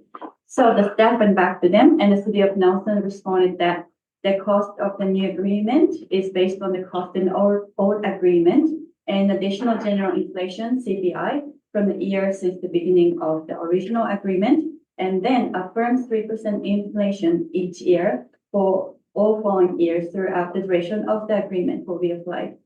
So based on this, the city of Nelson has renewed the rental fee for 2024, which is now $58,308, which is only $55,666 increase instead of $14,606. So that's a bit better rate. And the duration of the agreement is 3 years, commencing from January 1st, 2024 till December 31st, 2026. So the city of Nelson also agreed that the RTCK and city of Nelson can both terminate the agreement at any time by providing the written notification 180 days prior. So that's 6 months notification required. So this was the amendment since last time. So just wanted to present it back to the committee. Well, thank you. Thanks to staff, city staff, everyone for working on negotiating that. Any questions, comments? Yes, go ahead. Just for clarity, so I understand that this is a negotiated rate over the next 3 years with a termination clause anytime between each of the parties. The amount is an 18% increase. When it was 63, so it's down to 58, and it was 48. So that's about 18% increase. Is that correct? Did I do the math right? I just find that 18% increase is pretty high. So just to clarify too, that's a multi-year contract that we had previously without increases. So the increases over the years of the prior agreement calculated, I believe it's 5 years. How long was it? I think 2020. Yeah, 18%.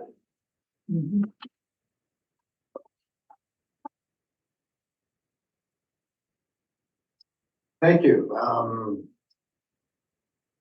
Comment heard. Yes, Director Watson. Thank you. Was there any change to our budget regarding this, or are we within budget? I see from a previous report that we actually had some savings, which is being applied to the Kokanee, or we just have some space there in our budget. So how is this increase being met with, given we've already approved the 2024 budget? Through the chair, we had the 63, was that the original value in the budget? 'Cause that was already shared with us at time of budget development. So we didn't go as high, sorry, supplemental, it came out lower than what we budgeted for. Thank you. Thank you. Well, we'll carry on with a break. So we'll take a 10-minute break. We'll come back at 2 hours and 40 minutes. So you get a 12-minute break. Well, after berating you for a couple hours, I'm gonna get a little break. Someone, Yeah, I'm trying to, your mouse doesn't.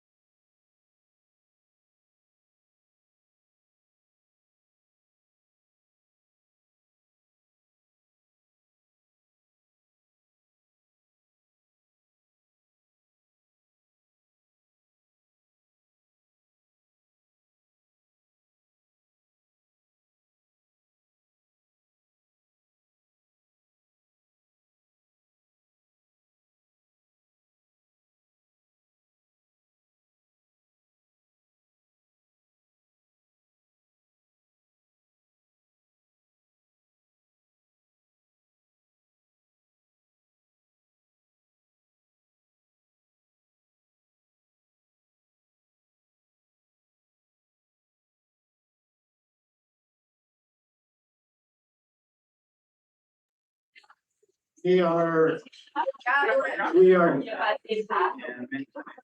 now live from Saturday. It's live. So we're live and we're back here. Thanks, everyone, and hope you had a nice break. We'll wrap up, give people a couple of seconds to wrap up their conversations, make sure they don't forget what they were saying. And we'll move on to agenda item number 8. Now,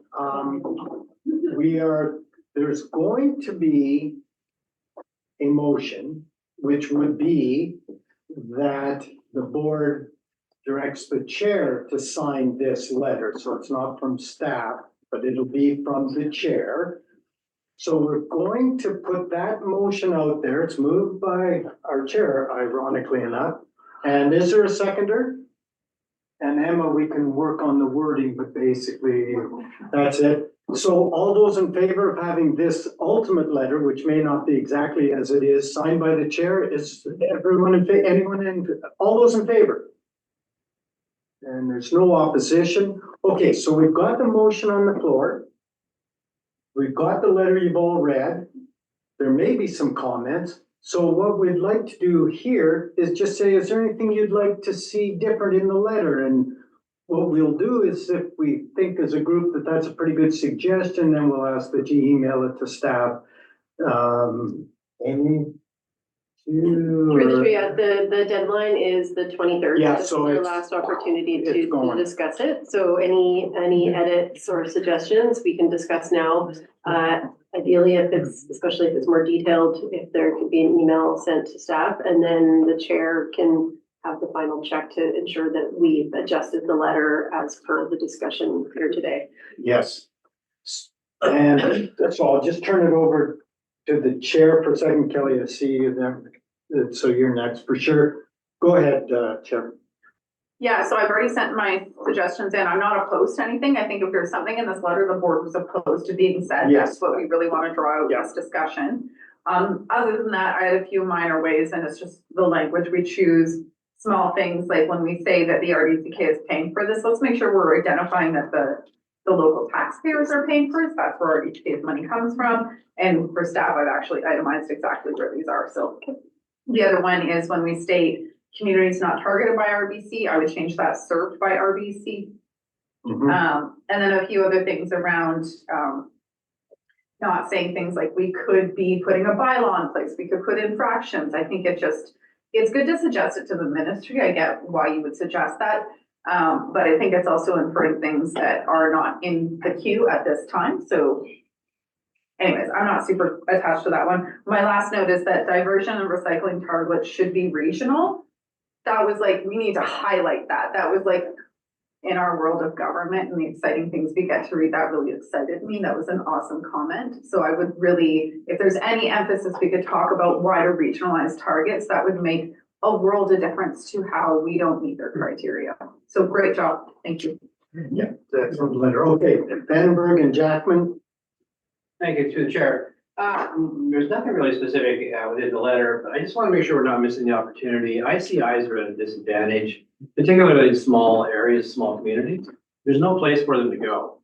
And I'm seeing it all the time and I'm hearing about it and I understand. So I'm kind of not really clear as to what RBC is trying to do by creating a different pathway for ICI. It might be where you work in the bigger centers, but when it comes to the smaller rural, how is that? They're taxpayers too. And they do produce, they don't have a choice in what they have to produce for waste. They have to manage it and deal with it. And when they're stopped at the landfill or the eco center saying, you can't put your cardboard in here. How is that a positive thing? How does this letter open that up to, and of course, I'm just gonna throw in there because I'm just thinking about glass. Glass is this anomaly. And we're not doing a good job, but back to ICIs.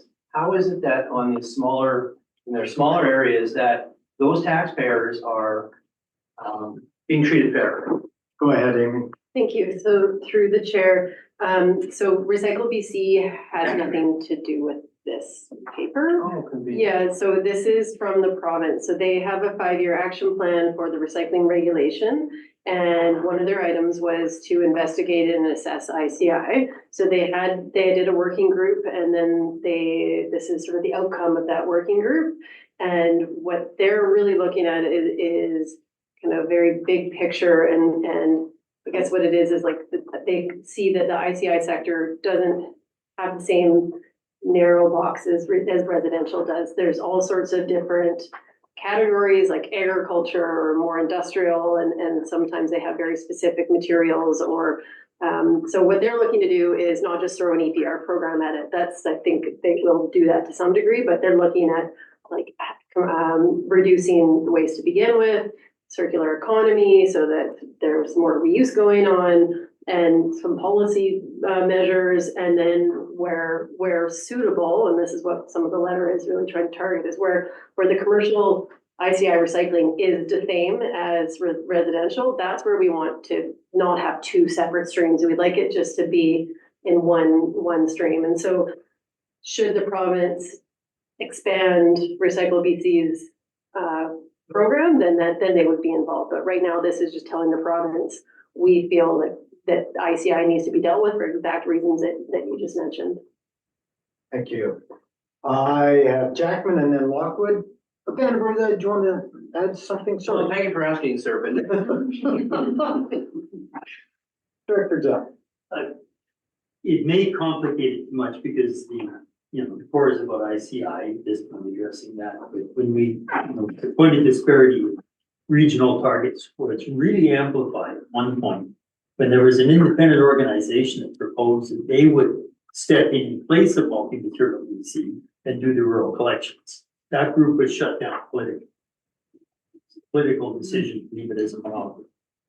I don't know if there's any easy way to work in the fact that it was so obvious that even the residential model was unfair to more rural communities. And over and above that, the ICI is even worse because of, there's very few of us living here, period, and even fewer businesses. I don't know if there's any way to work in the fact that it was a political decision to kind of trap us in a system we didn't consider practical regional solutions at the time. It almost looked like a practical approach. You only have a couple of days to rethink any of this. Or is this something we talked about if we get to talk to the ministry and senior staff? It's so obvious that the system proposed out of the gate is unfair for residential and ICI. Through the chair. Through specific to rural areas is what you're. Yes, the rural areas are rural, disadvantaged. sparse areas. Yeah. Well, through the chair, I think that there is some mention about the challenges in ICI recycling due to our rural area. There's a lack of service there, but we could look at adding some additional context to the rural challenges as a whole, almost, or something. That nature. You're welcome to also follow up an email if you've got some specifics. I don't know if I know exactly the program that was deferred that you defeated that you're mentioning. Yeah, Mike might have been in your position at the time. There's a whole alternative proposal to manage the residential in the rural areas. It was politically shut down. But it's had traction and had some viability based on the fact that they recognize the targets that were set by the lower mainland were unfair for rural areas. If I may, this is absolutely correct what you're saying, Director Chapman. At the same time, the system does live and has effectivity being delivered through a single entity. We are, as British Columbia, already a relatively small entity.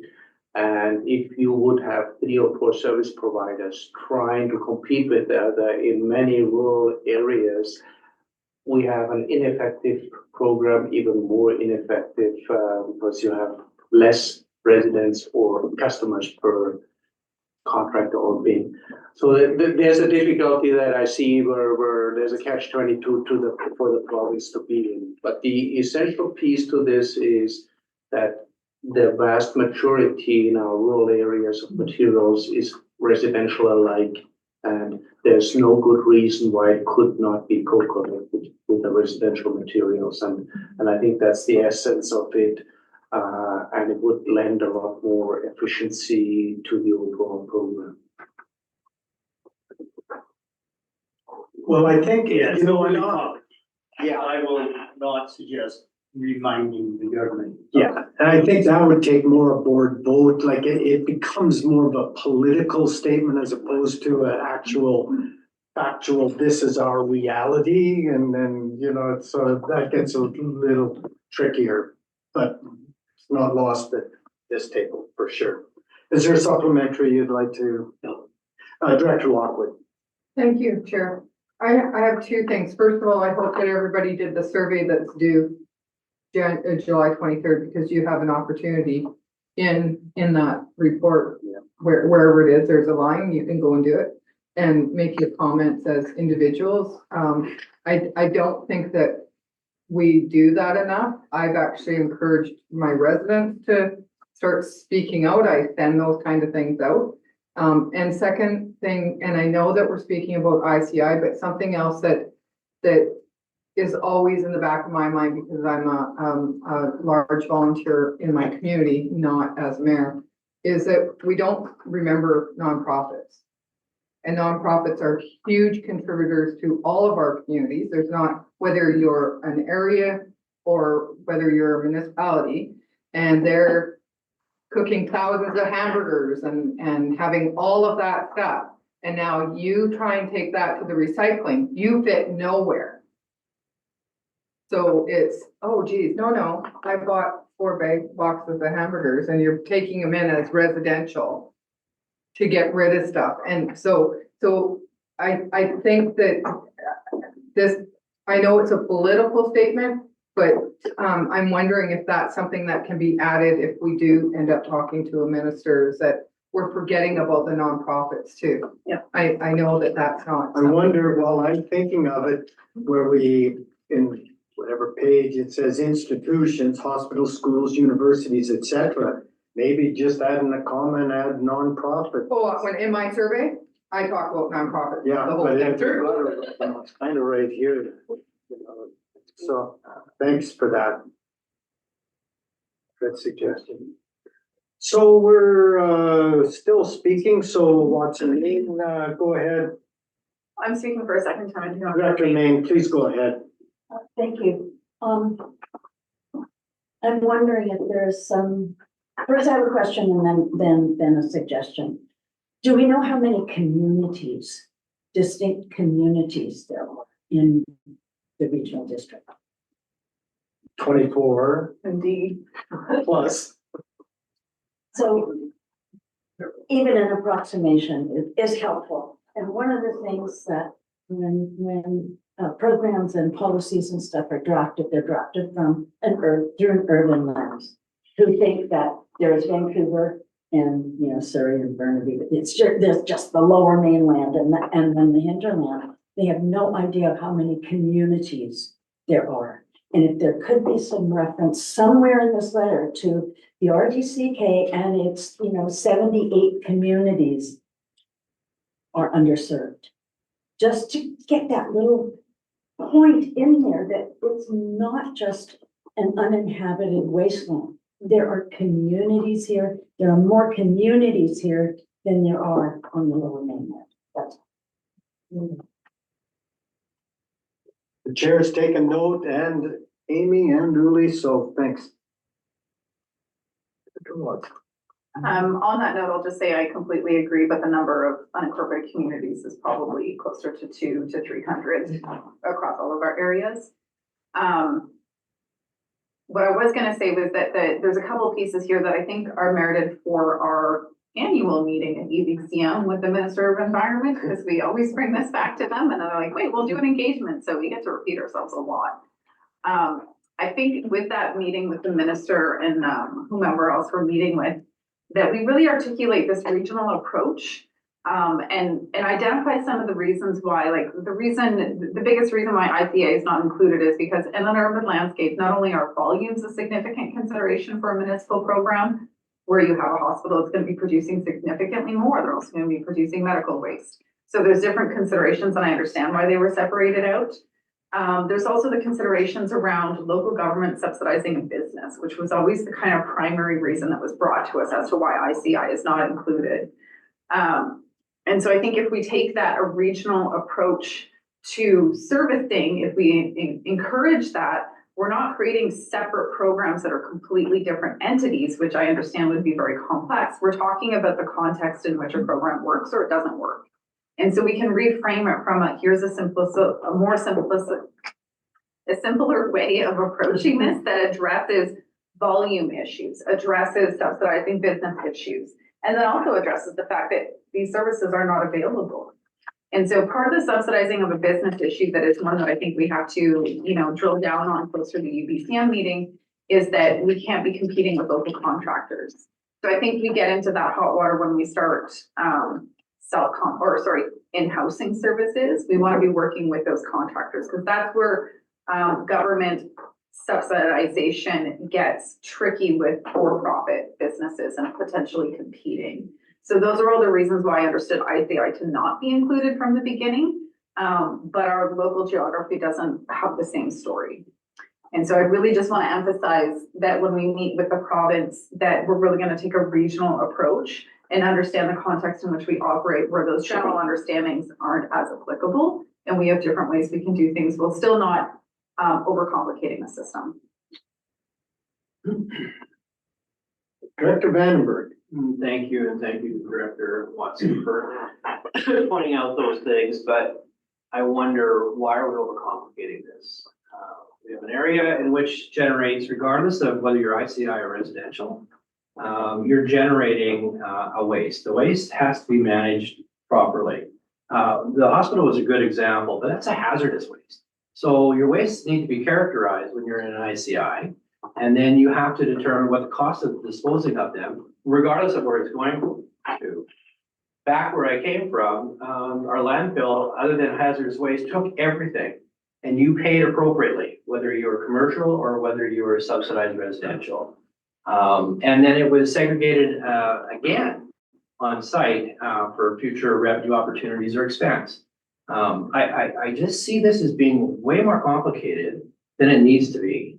And I hope that with the letter, and we get in front of the minister, which probably not, but you just keep pushing that conversation, why you're creating so many tunnels when it's just one path and everybody needs to understand what to do with the characterization of their waste and where it comes from.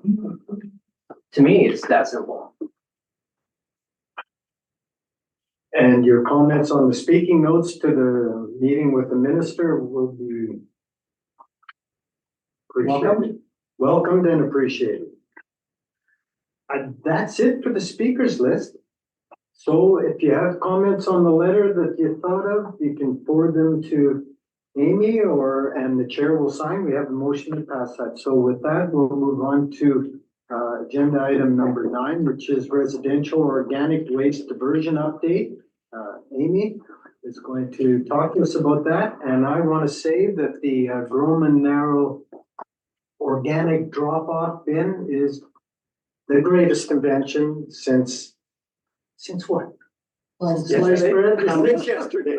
No, it's amazing. I just put stuff in the freezer, and then when I go to pick my garbage, I just take a few of these organic things, and it's just incredible.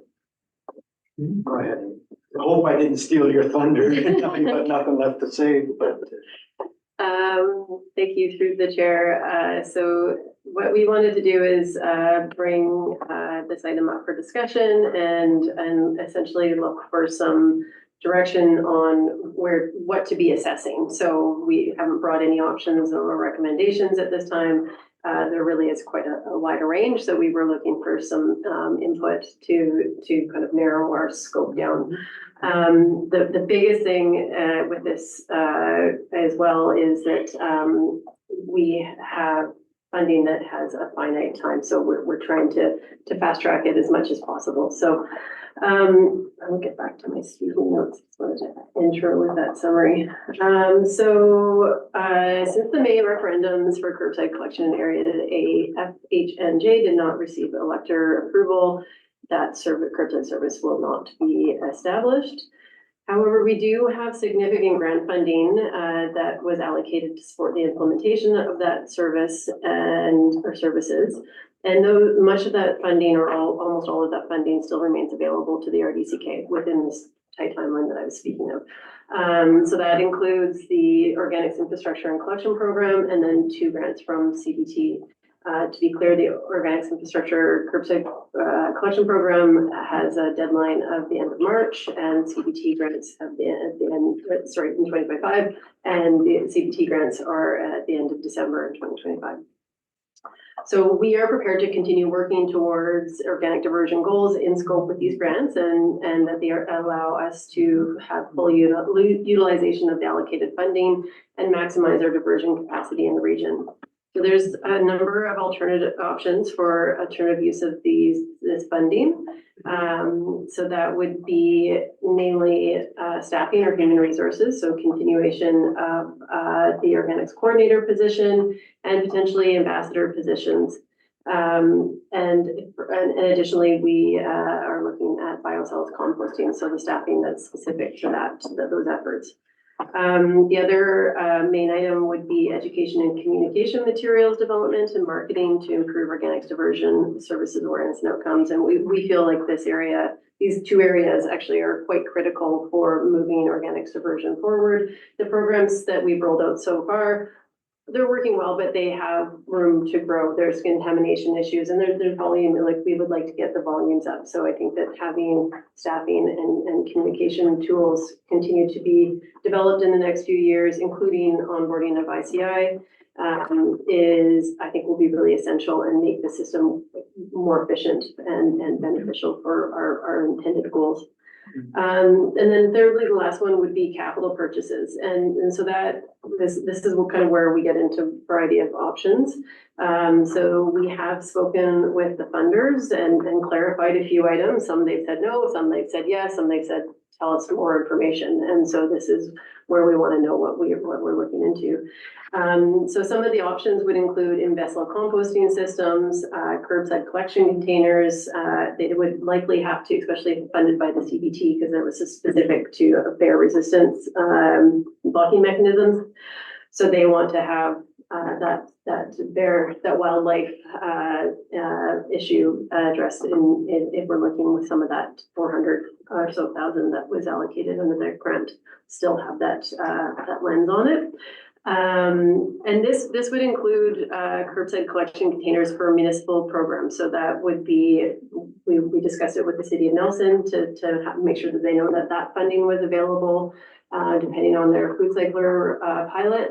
And we've also talked to the village of Caslow, and we'd be interested if municipalities that are in the vicinity of a curbside or a composting facility would be interested. So potentially Salmo, we have plans for a composting facility in the cusp, but down the road, I think there's a few opportunities here. However, the items need to be purchased and they don't need to be in hand, but they need to be paid for by the grant deadlines. And then the third item that we are also looking into is a collection software that uses AI to review what's going into the curbside collection containers. And I think the city of Castlegar, we're investigating that with the waste management, the city of Castlegar's contractor. So we have already been in communication with our partner municipalities or some of them and manufacturers of some of these infrastructures and technologies and the funders to develop options for use of the grant funding, as I mentioned. So there's quite a pot of money. I think that if it was not that much and the curbside didn't proceed, we might have just left it. But this is upwards of $1 million and still could be used in a variety of different ways to improve our organics diversion program. However, I think what we need to be careful of is that a lot of that money was actually 2/3 funding, so we had 1/3 funding that the RDCK had to contribute. That was the OICP values. The CBT values are, we don't have to have a matching contribution or a percentage contribution. So we have to, and there was money in the central and west budgets for the curbside programs, but it was quite clearly identified that those, if the curbside passed, that those expenses would move into the new service and paid for by those using them. So I think we want to be very aware of whatever we're moving forward with, if it requires RDCK contribution, that we're really assessing what that is and who would be paying for it and what the cost and benefits are. And then and most notably too, if we're looking at any new services, if there's an ongoing operational cost, who's going to be paying for that and how will that be worked into our services? So the CBT fund does not, as I said, does not have a requirement for RDC contributions. It does have to be really clearly within the eligibility. It needs to be verified with some of our options. We have spoken to them a number of times. And then at last meeting, we discussed that we would have this discussion with you guys and then come back with some more refined discussions. The other CBT fund, so that there was 454,000 that was specific to the curbside bin lock, so that needs to kind of fit within that eligibility. The other funding from CBT was 50% support of our 1/3 for communications and implementation costs to the OICP funding. So that one we can still proceed. And I think if anybody needs a little bit more details about some of these fundings, I'll probably defer that discussion to Matt. So while we have no recommendations at presently, what we're looking for here is some of your feedback and get a high level ideas of what options you would like us to investigate. Thank you. Welcome, Matt. So I know I've got two questions that's on everyone's mind, so I'm going to ask them. That way they won't have to. So in Creston, who gets to access the the facility there? Is it just the city of Creston, or do they have a drop off like at Groman? Please. Through the chair, they have a self-haul drop off. And so commercial loads can actually go right down to the compost facility, and more residential or smaller loads have a bin at the tipping area, just like at Groman and Lushen. Okay, well, I knew you all were wondering that. And what would be the range from a transfer station to Salmo to make organics drop-off seem conceivable? How many kilometers? Like Balfour to Salmo, is that even conceivable? Through the chair, because as we see with the volumes that we're getting at Groman, they're not huge, especially without much ICI coming yet, or a municipal curbside program. So I don't think we want to do a collection system similar to what we have with waste with the large 40-yard bins. I think they would be sitting there for far too long. So we would have to look at a different collection and hauling system. And it could just be like a front load bin that gets collected at multiple locations. We actually could just be, as part of some of our discussion, is maybe the RDCK could just be another one of the ICI customers that becomes part of the route. The commercial haulers are a little bit hesitant to start a program without requirement to do it, without a bylaw restricting organics, and without sort of the business cases in there for them right now to get that service rolling. I mean, they are getting some, and we've got a few ICI partners that are quite interested and have been in discussions with us, but yeah, I think to answer your question, I think in the assessments we did, I think it was a 50-kilometer radius. So, Salmo certainly could bring it up to Central. We were considering as far as Balfour or maybe Slocan. I think those are getting kind of outside of our reaches, but if there's a variety of ways to look at a collection program and whether we haul it or we hire it out to the fee. But we become a customer, that's interesting. Yeah, I see a customer. All right, well, now that you've had those questions answered for you, I'll go to the speakers list. I'll start with Director Vandenberg. Thank you through the chair. Interesting. $1 million to spend. Our portion of it is $250,000. And what do we do? 3 options, intriguing. I find that the third option with AI, very intriguing. Time frame, again, always working in a time frame, but of course, when we want to really get things done, we can't because we're working on a time frame. I guess there is an opportunity here for sure, but I would stress that before we spend $225,000 of our own local taxpayer dollars, we had better contemplate a very concise business case. We need to build a business case and make sure that we can justify, because I would say just walk away and return the money, $250,000 back to our taxpayers. But if a business case suggests that an AI is a great tool to educate people, because a lot of people don't understand the business of landfills. And if there is an opportunity to educate them and the data that you can collect through AI could be something that could be continuous, I'd be really interested in reading that business case.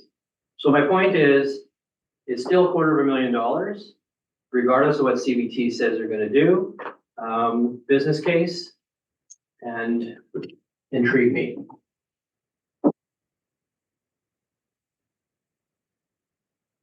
Okay, thank you. Sorry, I was just wanting to make sure I didn't miss public time. So Director Vandenberg, a supplemental, or just, don't just spend it and not use our $250,000. Just because it's there doesn't mean we have to spend it. Let's remember that. Director Lockwood. Okay, thank you.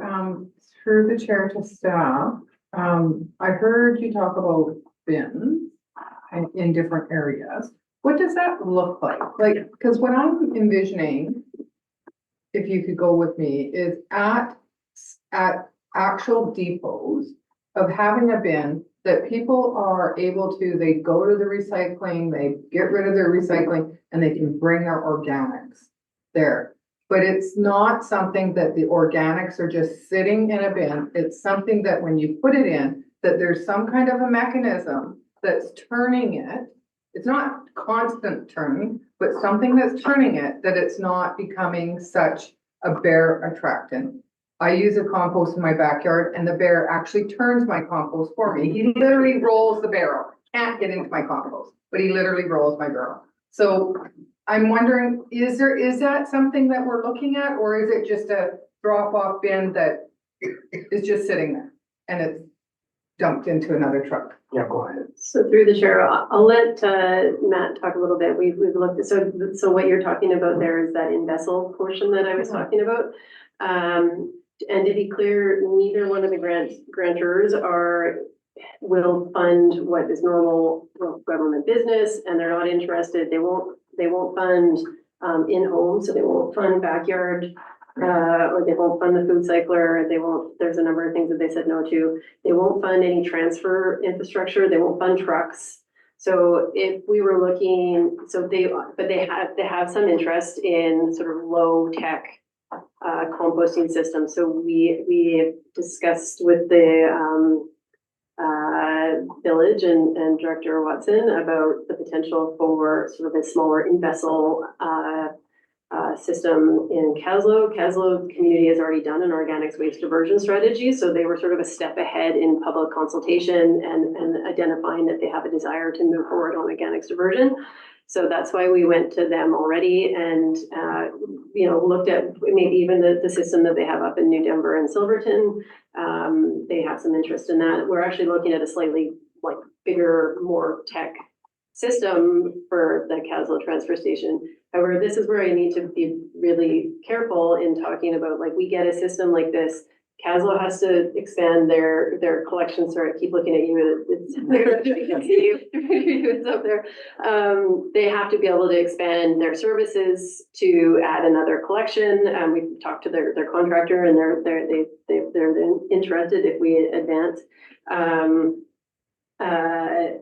And then for us, it's the ongoing operational costs. It's the biggest thing. And what is the cost per ton to manage that material? And what is the central sub-region willing to, like, we're already subsidizing a facility. What kind of cost would this have for the overall service? And so there's a lot of things that we have to assess as to how that, like, ongoing funding would come. So we have likely some funding for the capital portion, but we would need to make sure that we assess the ongoing cost of a new service like that. Okay, thank you. I'm Right. going towards getting the money back. Director Watson and then McFadden. Thank you. So representing an area that has zero servicing in this department that will be an essential part of resource recovery within less than a decade. 1/3 of the area is served. That's the lower half of the regional district. We're all paying for it. So I would respectfully say, please don't give the money back because we might have an opportunity to become a part of an organics program. And that is critical because we do know if we don't do it, the province is eventually going to ban organics in our landfills. If we're serious about our climate change plan, this is the very thing we need to be focusing on, as well as land use planning, but anyone else at RAC knows, I've already said that 100 times. So I am so grateful that the Village of Caslo is willing to entertain exploring if this would work, because it does require, for Area D, I'm not going to get enough volume in any way. It really depends on the Village of Caslo. So I first wanted to say, aside from please don't give the money back, the rest of the area is very interested in being served. I wanted to first thank staff because of all of the research between Matt and Amy and going back to our organic waste diversion study and all of the experts we relied on for that study. They've already spoken, they've already done a ton of the homework. And I just want to thank staff for that because when we met with them, they were already ahead of the game on who to talk to, what to consider. The grizzly bear solution folks were already in the conversation. So as much as we don't have a decision to make today, staff have really done an amazing amount of homework on how to make this work.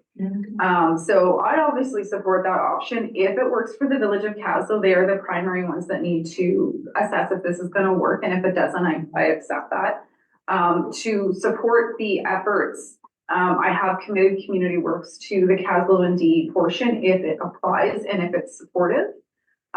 Because I do recognize that the more rural you are, the less people you have. Sometimes you have to buffer that with grants. So I offer my Community Works a certain amount where it applies to being able to get this infrastructure in place if the business case that will be required for us to move forward on regardless makes sense.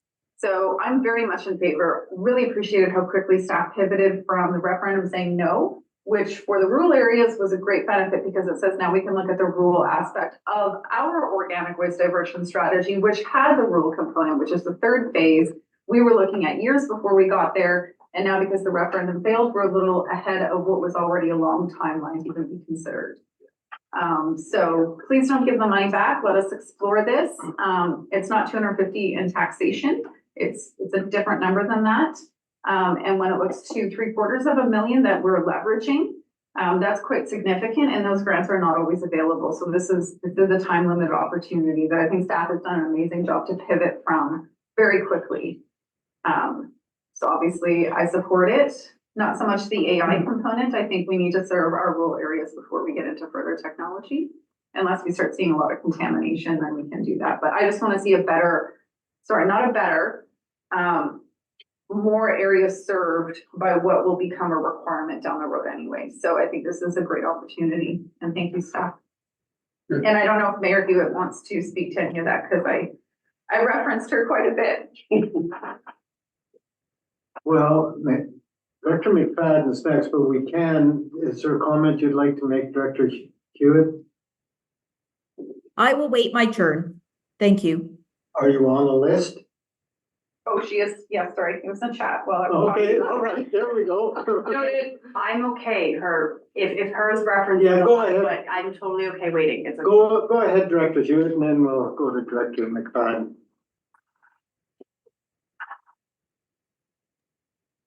All right, thank you for your comments, Director Watson. I'll try not to repeat what you have said, because we've covered that, and we do have a meeting set up. I brought a resolution to council, so we will try to set up a meeting with staff to discuss this. I have a question for clarification, though. So we're just to confirm that we will not be looking at transporting materials from Caslo to another location because the distances make it not feasible, and because that could be a killer for the program, because people were very clear that they didn't want to have that happen. And Director Watson covered everything else, and that's why I am in favor of it, and that's why I brought it to council. Thank you. Yeah, staff would like to comment, yes. Thank you, through the chair. So I think, to be fair to the central sub-region, if we're going to be looking at some sort of organics diversion for Caslo, we should be comparing in Caslo processing versus a transfer and processing at the central facility. So I think I think we should assess both, compare those two things, because we do have a facility with capacity for that material. If we can process it there for lower cost per ton, I think that the committee needs to know that when they're making a decision. And I think that there's always the opportunity. I know that the Caslo area has a lot of desire to have this material for the community for food and agricultural purposes. I don't see so I think we could, include the return of that material in that assessment. Pretty well same thing. We need to evaluate all options on the table for cost and environmental benefit in order to make a decision. We can't limit ourselves to one option. And I still think it is possible, no matter what we do, to accommodate certain conditions or wishes of a community, like compost, providing compost back to the community, for example. But I don't think we can fully eliminate doing a full assessment of options in regards to cost and environmental performance. You're on the list. I'll add that, as Director Jackman has said many times, there's that uncharged cost of the shortening of the lifespan of the landfill by having the organics go there. And so the calculation becomes non-linear, not simply linear when it comes to it, because we have to apply a future cost to that extension of the life of the landfill. And I've got Director McFadden. Yeah, I have a question and then a couple comments. Sorry, Director Hewitt may have had a supplemental. Oh, supplemental? Sorry, Director Hewitt. Yeah, I guess I will repeat one of Director Watson's comments. We as Caslo and Area D have contributed to the organics in other areas, and there's other services within the Central Waste Resource Recovery area that we contribute to, and so we fully support that, and we don't oppose those. So we would like, that consideration for this program to be considered for us. Excellent. Now, Uli would like to make a comment. Yeah, I need to clarify. At this point, the central sub-region pays for a certain fixed percentage of the central organics facility that we have in the central sub-region down in Sam. Everybody pays. The assumptions made when the facility was established was that we would have initially City of Nelson curbside materials, that we would pilot biosolids composting, and that we will expand by researching and gauging rural curbside collection. So far, we haven't really made progress on any of these three items. we have currently the food sector in the city of Nelson almost entirely eliminating materials coming to the facility. We have not been successful convincing the population for rural curbside collection. I guess a fourth item might be the bin at Groman with very limited success in receiving organics there. And biosolids, yeah, pilot is still outstanding, but there is a lot of potential risks to it. Just to mention one is the forever chemicals, PFSAs, that may make it difficult to compost and ultimately market these materials. So we have the 4 avenues that we have for Central to get full capacity at that facility, and none of them has to date come to fruition. So you have about 40% or thereabouts, 35%, whatever, of capacity that all residents in the Central Subregion are paying for and almost not taking any advantage of it. So that's reality, and reality is that was paid by a grant, that facility. So so far we haven't heard that, but it is a possibility that the grantor asked, why are you creating additional processing capacity when you have unused capacity in your region? So we can't totally ignore that fact. And it is not one paying for somebody else. It's all of the Central Subregion paying for something that we have limited advantages from and limited success with. And to some degree, we need to try to improve the situation and look at the overall picture before we enter into new ventures. Great summary. Thank you very much. Director McFadden, do you have a For sure. Yeah, no, on purpose. I'm just kidding. Okay, No, no. great. So I have a question and then just a couple comments, and I actually appreciate going last. My thought originally was over to Director Vandenberg, like, okay, we don't have to spend the money. We could give it back if there wasn't a natural fit for this in some of our things that we're already doing, work plans, all the pieces. Conversation has been enlightening. So I have a couple comments on maybe where. Question first, if we make a decision and the money is going towards, let's say, like a program like Cavalo in Area D, and that looking at that prospect, does the portion of our, as the RDCK, does that come out of the general, like everyone's paying into that, or is, and I don't have a stake in it, I'm just wondering where it comes from, or is that from Central, or where does the portion of our money that we're using the grant, you know what I'm following, where is that coming from? Does it depend on what project we choose? Yeah, okay. Okay, so my thoughts are on it, for whatever it's worth. I would not spend anything on human resources. My concern there is that as soon as we continue to fund positions of people, it tends to become something we can't get out of. And I have a caution around that once those positions last for too long, they become something that we can't. It seems like it becomes very hard to stop funding because we put so much into their work plan that now we have to continue funding. And I'm not comfortable making a decision to add more actual staffing without knowing exactly the implications of that and what the long-term need is and all of those things.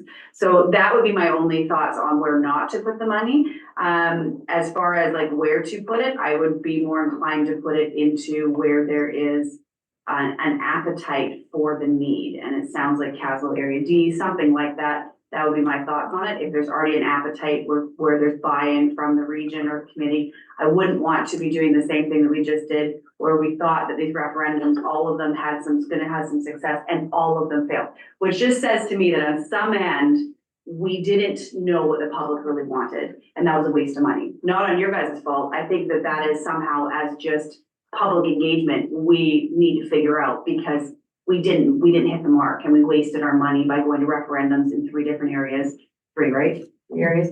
2 areas? Okay, and so it's like 2 or 3 areas, which aren't cheap to do, which is a waste of resources and money and all that kind of stuff. So I wouldn't want to do anything like that. I want to make sure that wherever we're going forward with a project, knowing that we're pretty certain that this is going to be a good investment of all of our money. Anyways, those are my thoughts on the where. Go ahead. So in response to your last one, I think when we first started out, the early consultation had really strong, well, not really strong, it had support for it that was quite reasonable to advance, I think. But from when we started this, and I don't remember, it was, 3 or more years ago, the environment has changed, the political and environmental environment has changed quite a bit. And so that's a factor that we couldn't have considered, and I think greatly influenced the outcome.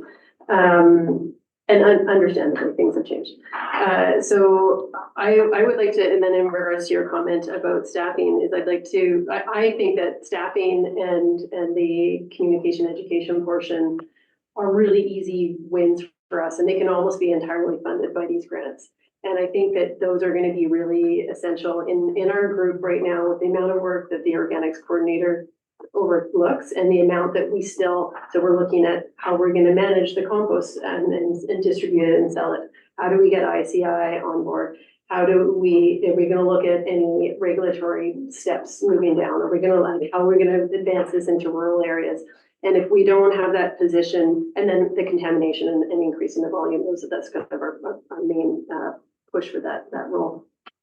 If we don't have that staff person there to complete those duties, it means that the other staff are going to have to put things on the brakes, and everybody in our department is going full out. So there would be some pretty significant projects like the Groman recycling and fleet building, that would probably have to stop. We would have to, there's a whole lot of programs that we would have to stop, because we would have to divvy up all that work amongst a number of other staff that are fully subscribed right now. So for me, I think that the staffing and the communication education ones are really easy wins for us to get our programs to where we want them to be. And then the capital items are where we should go and do this business case analysis of some of the options. And are we looking at rural collection at multiple locations somehow? The CBT funding would help with the feasibility study, or not, both funds might be suitable to do a feasibility study for more rural collection at our transfer stations. Like, what kind of systems could we set up with, like I mentioned, the front load bins versus the system we currently have. We could use that money to do a feasibility study. We could maybe use the money to put in the bare fencing around the bin. They won't pay for the bin itself, but they could pay for some of the infrastructure that supports that program. Or a setup of a system in Caslo, whether it's a collection and transfer or a processing. And though that's where we need to assess the pros and cons and ongoing operational costs and impacts. So that's some of my perspective. I don't know if you have anything to add to that. Supplemental? Yeah, please. Okay, my concern still stands though. I hear what you're saying for a short term, but then I need to see something if I'm gonna make that decision around how we're getting out. Because that position, it becomes hard, right? Once you have that position to then get out of that position. And though that is how we end up not know or having a struggle with our budgets when we're having to add positions all the time. And some of them are justified. I'm not saying they're not. It's just to know, okay, we know this is just a contract position for the next whatever year, and we have an out. We're going to make sure that their scope of practice of what we're hiring them for is specifically funded by this grant and nothing more. We're not giving them more work that doesn't fit into this so that we can get out in a year once that grant is done.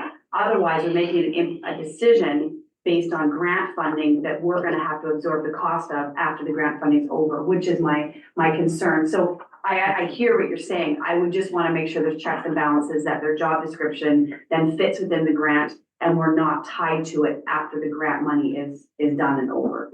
Supplemental to that. And I just think I could point out, and we could bring this information forward, that our resource recovery plan has a section on staffing, and it identifies all these different staffing roles that we need to support the rollout of the resource recovery plan. And we still have not filled all the roles that plan says that we need to meet the needs of the plan. So just identifying that outside of that grant, we do still have staffing needs. And so And if I may, and sometimes we simply have, out of what we are creating, additional work that was unanticipated. I mean, looking at contamination issues in existing curbside programs, both in Creston and Castlegar, I don't think we necessarily anticipated it goes beyond the first year, right? And where we now continue to work on education, where we are mentioning things like AI as a potential tool to help with these things,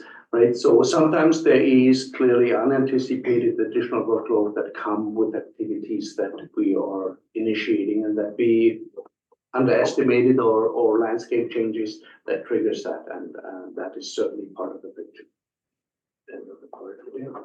Thank you. Yeah, okay. Director, just to update the speakers list, Director Main, Director Morrison, Director Popoff, and Director Cunningham. Go ahead, Director Main. Asked and answered. Thank you. Oh, very good. Director Morrison. Thank you, Chair. Wow, you know, I drop in periodically just for, you know, old time's sake. And, yeah, to talk about this, talk about organics is just, kind of, I have to apologize, it makes my head spin a little bit. So I'm hearing that we've got an organics, plant in Sawmill that is running, you know, potentially suboptimally or not at the level that it should. And I do recall that we sort of overbuilt this because we expected so much organics that we actually made this much bigger than the original granting was for in the original offset, and we increased the cost considerably because we thought we needed to be bigger. That's been done. That's water that's under the bridge. I do recall when you're listing off the things that were supposed to happen. One of the big things was one of our first contracts or agreements was going to be with the RDKB, the RDKB, and I'm just wondering, where are they taking their organics? Are they using the Sawmill site? Have we gotten any official agreements with them? Are they bringing their compost? So let's answer that, and then you can have a I'll start with please. your question first and then go to the statements you made. The question about who is using the facility, yes, what we had anticipated is coming from the Western subregion in regards to or at least the initial volumes from the city of Castlegar. They are providing us with the materials, if not even overachieving the materials we expected from there. Kootenay Boundary, similarly, we are receiving the materials from there. And we haven't entertained any discussion about the additional materials, but it could be. So what we ultimately had when we started this facility had plans where the materials are coming from. That was Kootenay Boundary food waste, that was Castlegar food waste, that was Central Subregion, originally Nelson food waste, and then expanding into the biosolids piece that is still a huge issue. So with the exception of the biosolids and the materials from the Central Subregion, we get all the materials we anticipated, and the facility in that regard was not oversized. So now the question is, are we going to be able to do the biosolids piece? And are we going to have any other materials from the Central Subregion that now fill that gap? But that's how it was structured initially. There was not exactly a one-third, but roughly a 3-piece share of that facility in regards to materials coming and cost being shared. 2 parts of the equation we do have. If you neglect the uncertainty around the biosolids, the third one we are still looking for. So the facility was, with the knowledge at the time, not oversized, because at the time when we started the planning for this facility and applied for the grant, there was still the materials from the city of Nelson coming in form of curbside food waste collection. The food cycler came short after, not at the time of planning that facility or building the facility. Thank you. Supplemental, please go ahead. So, thank you for that information. It's good to know because the last time when we were just in the midst of all of this and I was talking to the equivalent of you and the RDCK, they said, but if this doesn't work for us, we can go to Grand Forks. So I'm glad to hear that they are using the facility in Samo. So you asked for, what, suggestions that we have. I would say at this point, I think that we need to be moving on getting ICI and making that, sort of mandatory, not voluntary. I remember many times the consultant who we used repeatedly to come in while we were trying to develop this plan, talk about how, where she was on Vancouver Island. I got the right place, she's on the island. Yeah. You know, that they did X and it was good, but when they mandated ICI, the program took off. So if we're short the means to get our plant up running really effectively, maybe even helping with the dilution factor on the biosolids, which have always been a bit of concern in my mind in terms of whether or not you could then resell that as compost. But that I think that would be where I would see, if we've got money to spend, that we spend that, and we get those people committed to the program sooner than later, that it's just not voluntary, because she had nothing but a world of goodness to say about, once that happened, they were off to the races. So let's get off to the race, I guess. And I just have one last supplemental, like, so you don't have to, you can ask me about ICI, but I just need to ask Tom, because I talked about this contamination. When you take, Tom, your little bag of stuff, where are you taking it? Like, do we have some rules around Yeah, what I can take my Safeway has a Canadian company's patented paper bag that bag you go that through is legit and allowed in plastic. go Yes. through? And are we informing people of that? I have not ever read anything about if I had organics that I wanted to take and drive out to Roman. I've never heard what I was supposed to take it there in. So where is that educational piece? Because I'd be thinking I'd be taking it into my non-existent Save on Foods bag, potentially. I answer the ICI question first, and then I'll let you talk about the public communication around the growing option. So ICI is definitely a focus. So Matt is working on this, and we will continue to push this forward. Reality is that we can't just ban the materials without having realistic options for them. Part of the realistic options are that they have actually a collector that picks it up from them and a system that's capable of collecting it. So if you have a little restaurant along Baker Street, do they have the area where they can put a bin? Do they have a contractor who picks up the bin? So that infrastructure needs to be in place before we say you no longer can bring your waste to us. Plus, you have potentially a mixed collection through the service provider right now in regards to other waste from other sources and their food waste. But infrastructure in place, Amy pointed that initially out. Haulers right now don't want to get into it, and that's where you are right. When we have the prohibition in place, that we will have haulers come to us and say, yeah, now we have enough volumes to make it worthwhile. But like I said, it's a little bit of a chicken and egg thing. We are working initially on the voluntary basis to get the bigger potential customers to work with us.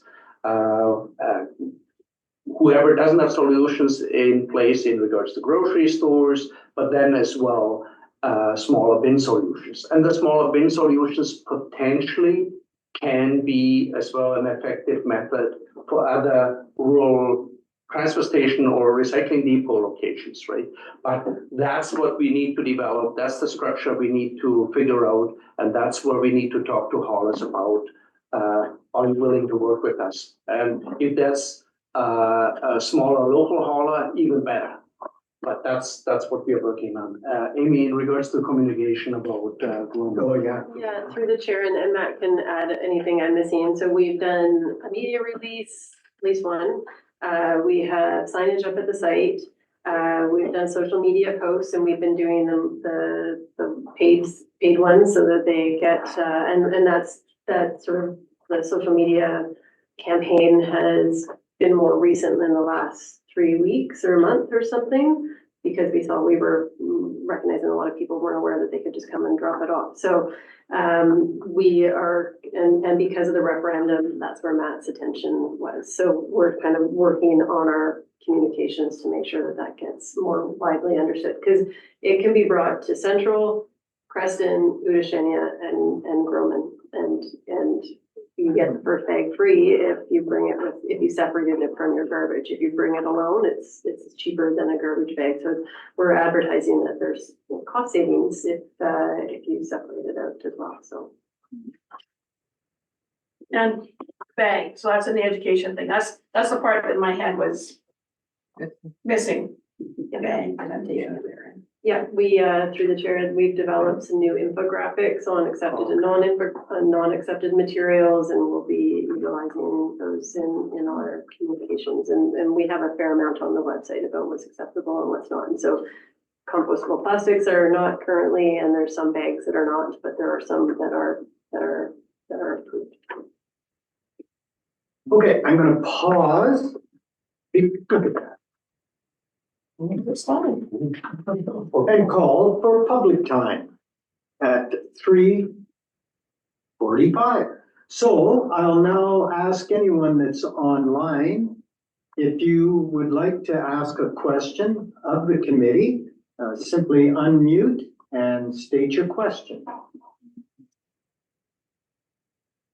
And we will give you time to do that. We'll give you a bit more time to do that. If we reconvene the meeting and you finally unmute, please just say, could I ask my question? That would be okay as well. All right, going back to the speakers list, we have 4 people, Popoff, Cunningham, Watson, and Jackman. Director Popoff. Yeah, thank you, Chair. I think I'll save my questions because they're more to do with the Spokane Valley and the Arrow Lakes area to a West Resorts recovery meeting. Excellent. The committee appreciates it, and the chair, yeah, anyway. Oh, go ahead. Just one topic that did not come up yet is resource recovery plan identifies Nanakasp area as a potential for compost facility. So we haven't had any discussions around that, but if there's any ideas in that regard, please. Oh, okay. Feel free to roll into this. Yes, into that discussion, yes. The supplemental. Chair. No, no. That was just a heads up for our staff that when we discussed that, and I'm going to be looking at organics diversion in the Spokane Valley and the Arrow Lakes area. But again, the grant is a regional district-wide grant, not a specific west, specific central, or specific eastern. And from a general strategic approach, I think there's value to discuss that as a group altogether. But sure, West is. And we have something coming up every month, so. Yeah, just to basically, once we discuss it in West, we're not trying to be separate from the group, but we can start a discussion there to see if it can be carried forward the joint. It might just die at our West Resorts recovery meeting. Through the chair, I will point out our intention here is to revise, to select some options and assess them and bring them back. And I think we would want to be bringing a report back, like in September. Is that what we're kind of aiming for? Because for the OICP grant funds, we only have until the end of March. And so I think if you have comments, they can be brought forward now, or we would welcome emails for considerations. But I think like our desired outcome here is that we have, if there are a few capital items that we're investigating, that we get started on those quite soon, because otherwise we likely will be returning the money. So that's, I would hazard that waiting for sub-regional committee meeting might miss the opportunity there. And to be quite honest, as literally pointed out, is that this is a regional item. So in regards to the funds are given to the whole regional district. So should say community decide that they want to purchase a bunch of bins, that means that that money is not available to the rest of the district. And so the committee, the entire committee needs to decide if we're going to be allocating those in a certain area, because it could mean that those funds aren't available for other projects. So I do think it's a valid conversation at this table. Okay, Director Cunningham, Watson, Jackman and Weatherhead. Thank you, Chair. Yeah, just a couple of things. This sort of reminds me of the dog control thing happening in Weimar. We had a nasty dog some years ago. It's happened more than once. And everybody said, well, we need dog control. And you want dog control? Yeah, you're gonna have to pay, not pay for it. No, I don't want dog control. And the whole difference is between wanting it or seeing the need and having to pay for it. And I dare say that's the same thing that happened with this thing. When we first broached the question of organics, yes, that's a good idea. Yeah, we should be doing that. That's part of the waste and everything. Oh, you mean we have to pay for it? Zip, and it went down the tube. And whether the circumstances were bad or good at the time, because the economic circumstances did evolve, that's where the difference comes in. They also said with things like organics, there are many people, especially in the rural areas, who have found other ways to take care of their organics. They may compost themselves. I know people who do. Okay, or they may do things like our local store, which has a 5-gallon bucket and all their lettuce leaves and everything go in it. And once a day, the guy who has a pig farm out the highway comes and picks it up and feeds it to his pigs and his chickens. Your organics are gone. So there is that's a thing that takes care of the problem without any cost. And I would, but in my mind here, what we need to do is talk about, really let the public know in many ways. We talked about, media and things like that, of how important it is to recycle organics. In other words, to get rid of them and turn them into something useful, and the ways in which it can be done. And also maybe if we get somewhere, if we ask for some of their ideas of how we can dispose of organics effectively and properly in an environmental way. Maybe more people would just take their 5-gallon bucket of whatever and figure out a way to get rid of it. I was been to the one when I went to get rid of the fire department trash last week. I was there, and I'm glad to see that it's there. But I'd like to point out it isn't an enclosed system, and it has its problems with flies and smell, which I assume is going to be taken care of. But the day I was there, went to get rid of the wood, some wood that I had from the fire department to get rid of, and the trash. Well, that's aromatic. And I looked down and, but that said, a big bin like that full would be amazing as to, but you've got to fill it within 8 hours and get rid of it or do something else.